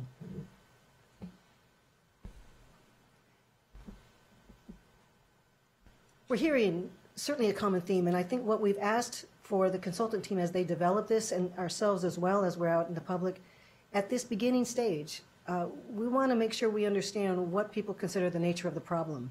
We can all presume that the nature is congestion, but we need to understand more about what that means in different areas and to different communities. So we are, in fact, hearing, though, that congestion is a huge problem, even people who have different ways they want to address it.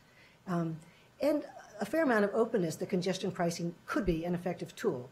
So we need to have a good way of starting with that. Again, what is our shared understanding of the issue, and that this is a strategy we can pursue. In particular, we also asked what people's concerns are, and even with that large number of feedback that I shared with you just now, these themes are repeated. They are very common themes. The impacts on low-income communities is something we hear in our survey responses, at the public open houses, from the business community as well as the neighborhood association. So that's uniform, and that's reflected in the charter in the way that you established the Policy Advisory Committee with their direction to identify mitigation strategies. So I think this is understood to be an issue. The second one that I'm hearing the most of, again, I want to acknowledge the consultant team on engagement, is still doing some analysis of the numbers, but certainly the diversion of traffic onto surface streets and into neighborhoods. And I'll add also diversion onto the rest of the freeway system. So there are issues about that, and knowing that that's another thing that you included in the charter, is to identify potential mitigation strategies for impacts in the surrounding community. So I think this would get there. Questions and ideas about how the revenue would be used. In many ways, we might consider some of those might loop back to those first two. And these two lower squares really reflect that there are very strong opinions and assumptions and priorities about moving forward, including some who feel we must add capacity and some who feel we must not add capacity. Very strong opinions. Also, that we don't want to pay another fee, and others that I think would be willing to pay another fee if they could have a more reliable travel time. So there are themes that we can work with, and we can take that information as well as the technical analysis findings that Ryan talked about, and very importantly, the experience of our consultant team, and present that information to the Policy Advisory Committee at their next meeting to help them inform their selection of, moving forward with the concepts that really would be most promising to evaluate further.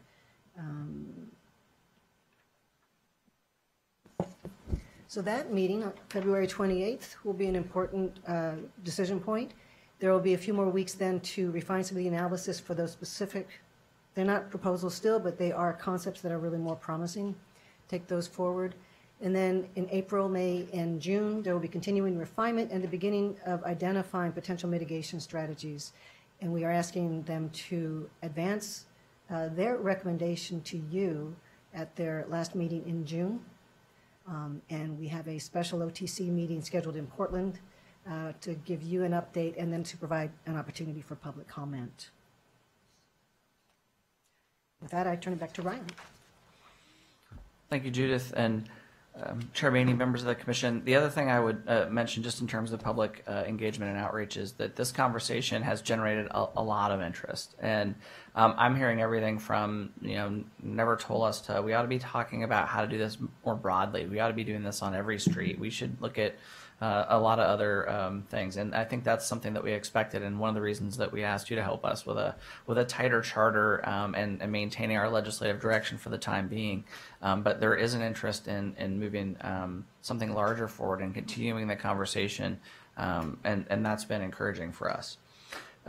Just looking at the timeline, I just wanted to point out that we are in the PAC meeting education engagement phase right now as we talk about what's going to happen after the July OTC meeting. When you receive that recommendation from the PAC, we'll then have to spend several months sort of refining what that looks like. How does that fit into an FHWA application in terms of trying to get the approvals we need? If we do, there may be some concepts advanced that are already allowable under federal law. But if they're not, that is something that we need to be working on to try to get that application approved by, or at least submitted to FHWA by the end of the year. One thing I've been spending a lot of time talking to constituents and others about is that is not the end of this process.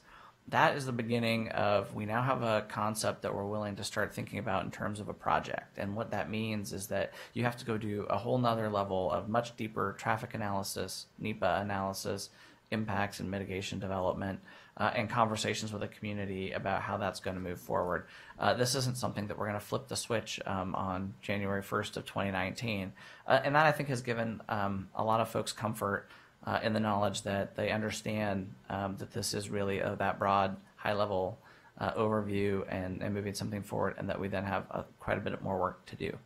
So with that, I would like to turn it back over to you for any questions that you may have, any additional comments maybe Commissioner Simpson has about what he's heard today. Thank you. So let me first start by saying thank you to both of you and the team. I know that this can be a very emotional subject for some as well. I think there's a lot of fear around it. And by honoring those comments and really being open to all dialogue, I think will assist us in getting past the what and getting into the how. And I think the what is, how do we benefit the state? And the how is, we're unsure. That's why we're looking at this. So we have a lot of details that we need to work through. One quick question, how will we be engaging between the 25th and the recommendation and the 12th in terms of public comment? For us, if that document has been somehow shared with the public, it helps us to get more detailed dialogue, so it's not so broad. They're actually reacting to something rather than something that's maybe not been included in the recommendation. So thoughts on that?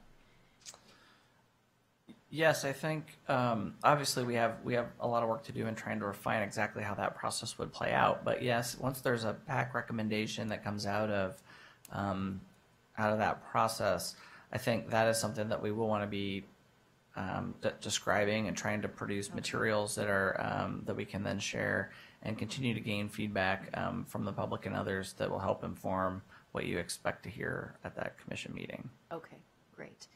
Other comments or Commissioner Simpson? Thank you for your commitment of time as well, and to Commissioner O'Halloran, who is eagerly taking up the 49%. but I think that's, it's an important point for you to be there and really show that this commission is deeply involved in that outreach. Yeah, it definitely is my honor being somebody from the Portland Metro region, and given all the conversations that are taking place right now in the region as it relates to, I mean, we talked about earlier, homelessness, housing affordability, transit-oriented development projects, just the city's overall climate action goals, and holistically the development opportunities that exist very close to this whole I-5 corridor related to the Rose Quarter and the Lloyd District. And this project plays a significant role in all of that as it relates to, as it's identified there, NEPA process concerns and even Title VI. I just believe that we're in a position right now where ODOT and its consulting team can really blaze a trail in terms of how we look at implementing, developing, continuing highway projects and urban cores that provide a holistic public benefit as it relates to all those other elements I just described earlier.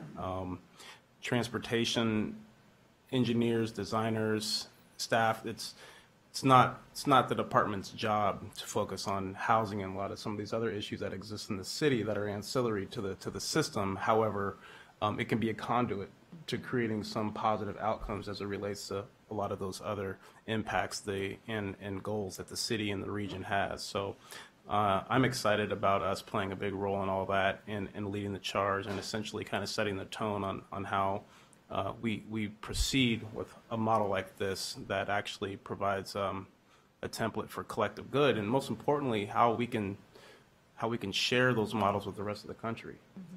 And I think that's the thing that excites me most about this. Mm-hmm. Great. Chair Maney, if I might, I'd just like to say, thank you very much for the kind comments about our work and the challenging work that it is. But I need to say thank you to you and the commissioners who are helping us. Without leadership from the commission that we're seeing and this level of engagement, particularly having some members on this PAC to help lead us through that, I don't think we would even be quite to the point that we are in such a successful manner, and asking people to have some patience and understanding as we move through this process that we are being thoughtful and that we are committed to it. And I think commission engagement has really helped us establish that. Right. So thank you. Well, my last question, what else do you need from us? So I appreciate you kind of opened the door. We are here, obviously actively engaged. Is there anything else that you, at this point, would maybe have us do, or?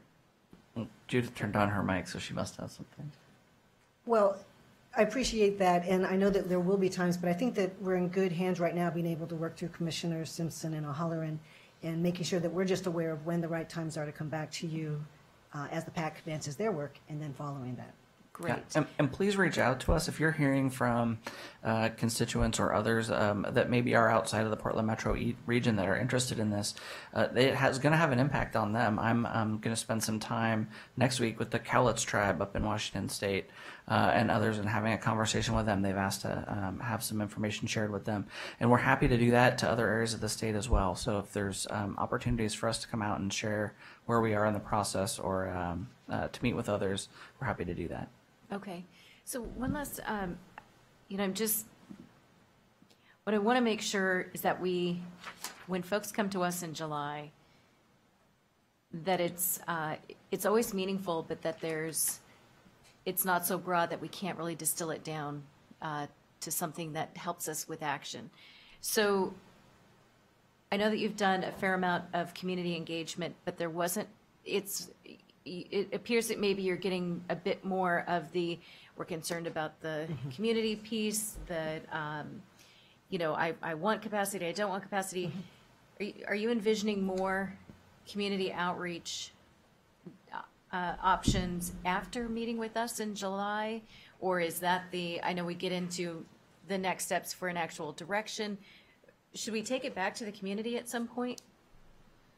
Go ahead. I'm sorry, we are planning now a second round of engagement where that we'll be able to ask people to respond to specific concepts that are Very getting more good. Okay. analysis. And we're scheduling that in April. Okay, forgive me if I missed that. So will those be opportunities like at the library and that sort of thing, and the online Yeah. again? Okay. Yeah, this is, as Judith described, this initial outreach, and on the second page of behind the graphs, it does talk about sort of the purpose of this particular level of engagement, which is really that gaining understanding, sharing information about what kinds of things we're going to be looking at. As those start to move forward and we start to have more information coming back from the concepts and informing the trade-offs, that's going to be another time when we're going to need to get back out to the public, have a conversation with them about what they see, what they like, maybe other things to consider as we continue to move forward. And so, yes, there'll be a substantial amount of engagement following that to make sure that we're hearing from the public and they're able to inform our potential mitigation strategies. This gets to the piece I was talking about. I don't think we're going to get to the level where we're going to be able to say, yes, your bus on your route is going to go 5 times more than it does today. But we may hear concepts such as we're going to need to see an increased level of transit in these types of corridors in order to help us feel like we're going to be able to reach our business or reach our jobs or other things. Those are the kinds of things we're going to need to hear that are going to help inform our mitigation strategies moving forward. And that those will be things that we would then carry into project development at a future stage. Excellent. Yeah. That's helpful. Thank you. All right. Any other comments? Okay. Go team. Thank you. Thank you. All right. Next on the agenda, item F. And this is an action item requesting approval to adopt the uniform standards, consistent description and reporting of the bridge and pavement conditions for the state, city, and county roads. We have our colleagues here. Mr. Mather, I will turn it over to you. Thank you, Madam Chair, members of the Commission, Paul Mather, Highway Division Administrator. A little nervous why my partners here are so far away from me. Maybe they're quite a distance from this agenda item. I'm going to spend some time walking you through the document that we've been busy preparing over the last several months in response to House Bill 2017, Section 11 specifically. It's in the bill it directed us, and we've been working very closely with AOC and LOC to put this work together. So I'm going to walk you through, and then I'll let both of them share their thoughts on the document. So as I do this, I'm going to be flipping back and forth through the agenda packet items. So if you have that out and kind of ready to kind of follow and track me through that. As the agenda item states, I am here to request approval to adopt the uniform standards for the consistent description and reporting of bridge and pavement conditions for state, city, and county roads. In Section 11 of the bill, it requires the Commission to develop a set of uniform standards in coordination with cities and counties to consistently describe and report on the condition of transportation infrastructure, including pavements and bridges. And so the document that is attached to the letter in your packet is what I'm going to be going through that describes the work that we have underway. Before I do that, I'll just say that this document is describing two things. It is describing the scope of the system that we're going to be measuring, and then the way we're going to measure. The way we're going to report, kind of the how piece of this is work yet to do. So there's a website piece. If you're familiar with the bill, Section 12 talks about a lot of the website stuff. So that's work yet to be done. We're really waiting for this commission action on this piece before we get too much into that. The other urgency in getting this done relatively quickly is that spring, summer is typically when road jurisdictions are out doing their measuring. And the requirements are every odd year that jurisdictions are to report, and the penalty if you don't report is the withholding of your state highway funds. So we want to get at least this piece of the work done now, so jurisdictions can be out there collecting data. As they're collecting their data, we can be working on the website piece and actually the how piece. So that is work yet to come. So I'll turn to the attached document, and again, I'm going to be flipping kind of back and forth through this. I'm going to actually start on page 2 with, I think, the easier part of our discussion, which kind of sets the stage for the pavement piece. So I'm going to start with bridges. In the bridge piece, we looked at the National Bridge Inventory, which covers every bridge open to the public that is 20 feet or longer. ODOT is already required by the Federal Highway Administration to do inspections of those bridges already. So it was pretty obvious to us to define the universe of bridges to be looked at to be those. There's already, again, federal guidance to put those into the 3 categories that are described in the document. Our plan would be that ODOT would do all that work as we already are today, and then simply provide the data to the jurisdictions for them to report back. I'll also be referring to, if you want to flip to it quickly, on page 6 of the document is the kind of the template that we're going to be asking them to fill out, to try to keep that as simple as possible. And number 5 on that would be the bridge conditions.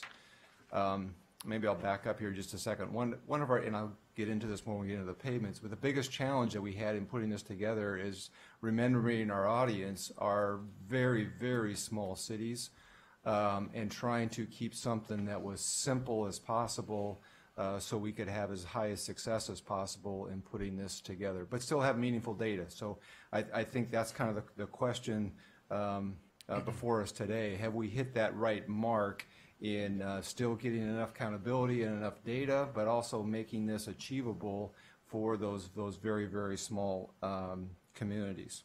Anyway, so on the bridge side of it, I think it's pretty straightforward. And where we get into the conversation I was just talking about is on the pavement side.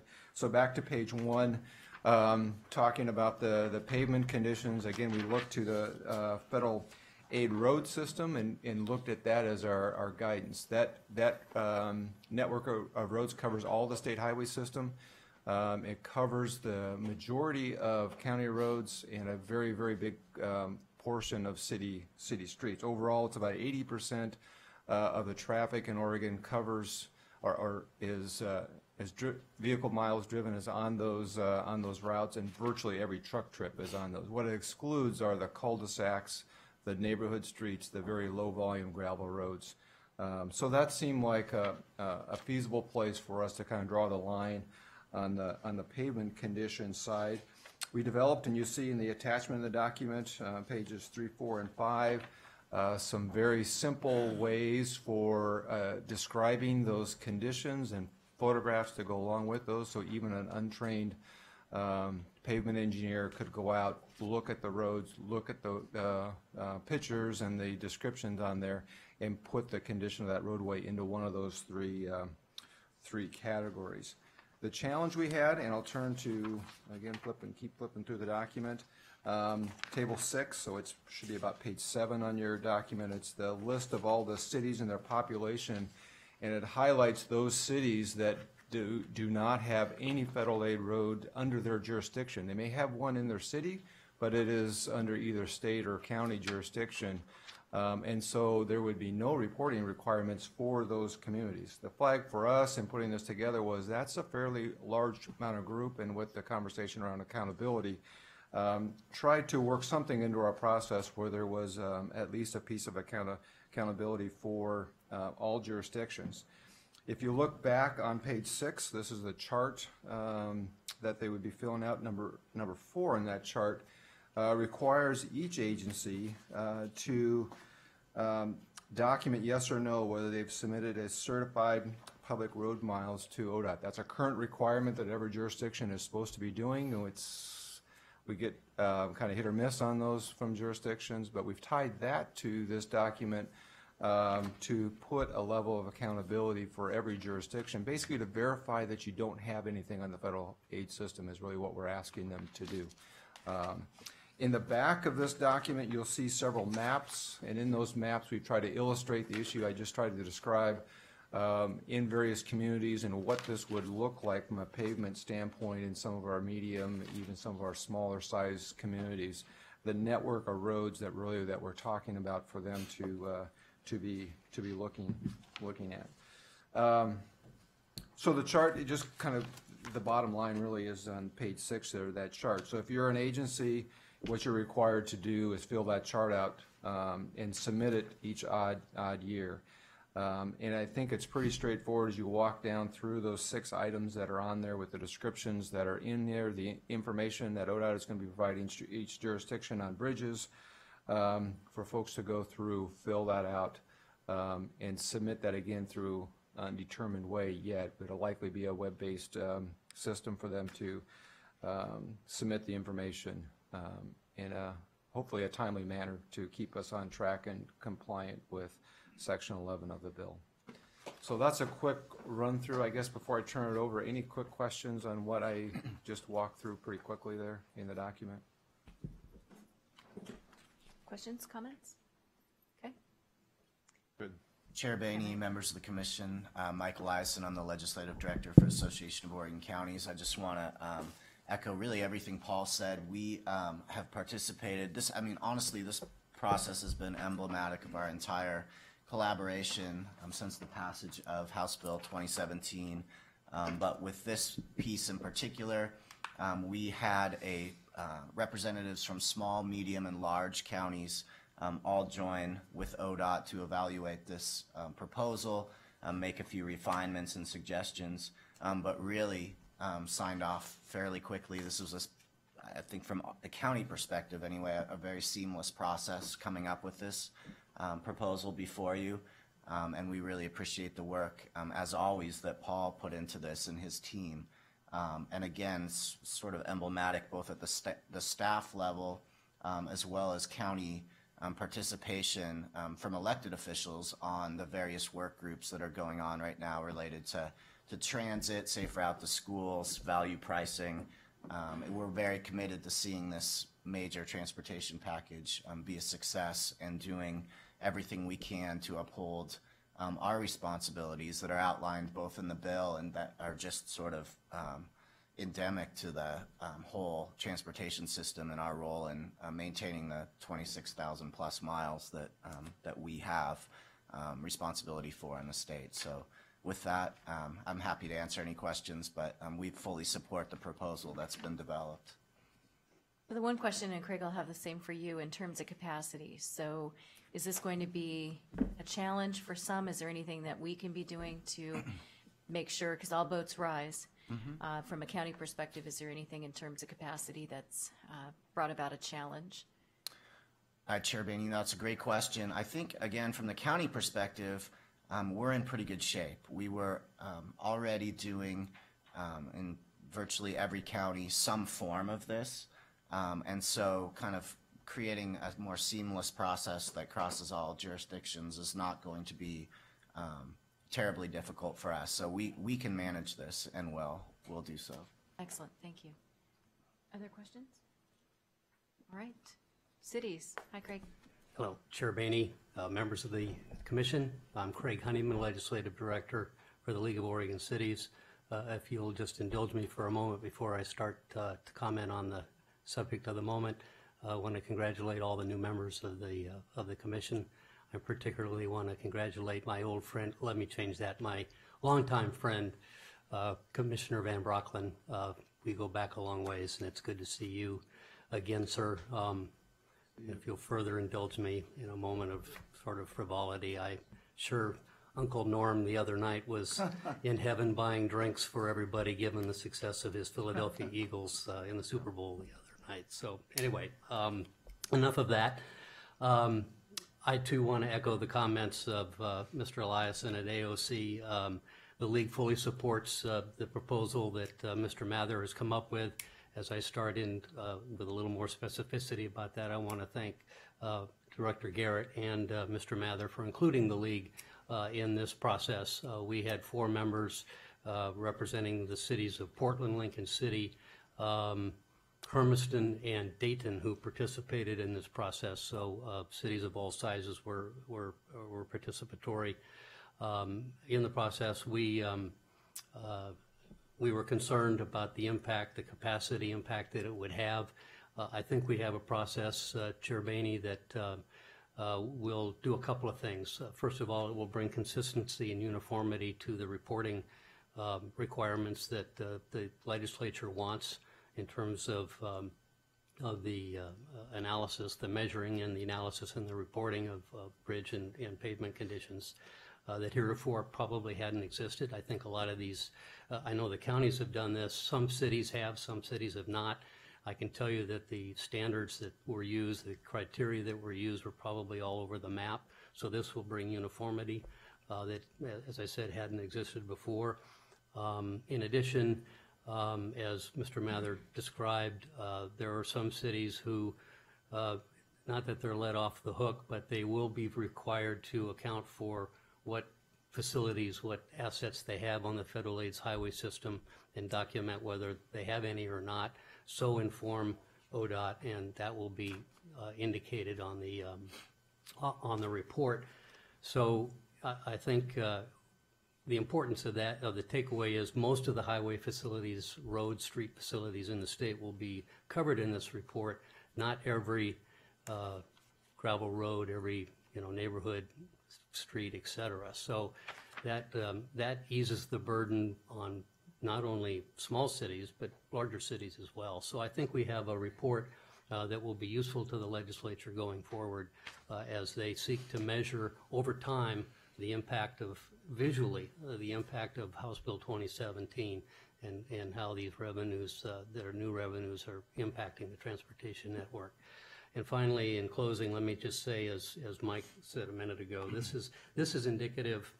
This process is indicative of a partnership that the League has had with the Oregon, with ODOT and with the Oregon Transportation Commission, an excellent partnership that we look forward to continuing in the future. Well, since we have both of you here, I don't think that we would have been successful with the transportation package without the support of the cities and the counties. We share constituencies. As a county commissioner, my constituents don't really care if they're on a city road, a county road, state. They just want to make sure that they don't lose the front end of their car, in a pothole, or, that it meets their needs. And so really supportive of the partnership and appreciative of what you've done also in helping us get to where we are today. So other comments? Okay, please. Yeah. I move adoption of the uniform standards for the consistent description and reporting of bridge and pavement conditions for state, city, and county roads. Okay, further discussion? All those in favor? Aye. Okay. Aye. Motion carries. Thank you. Thanks very much. All right, so we will now take a break for lunch and reconvene at 1:15.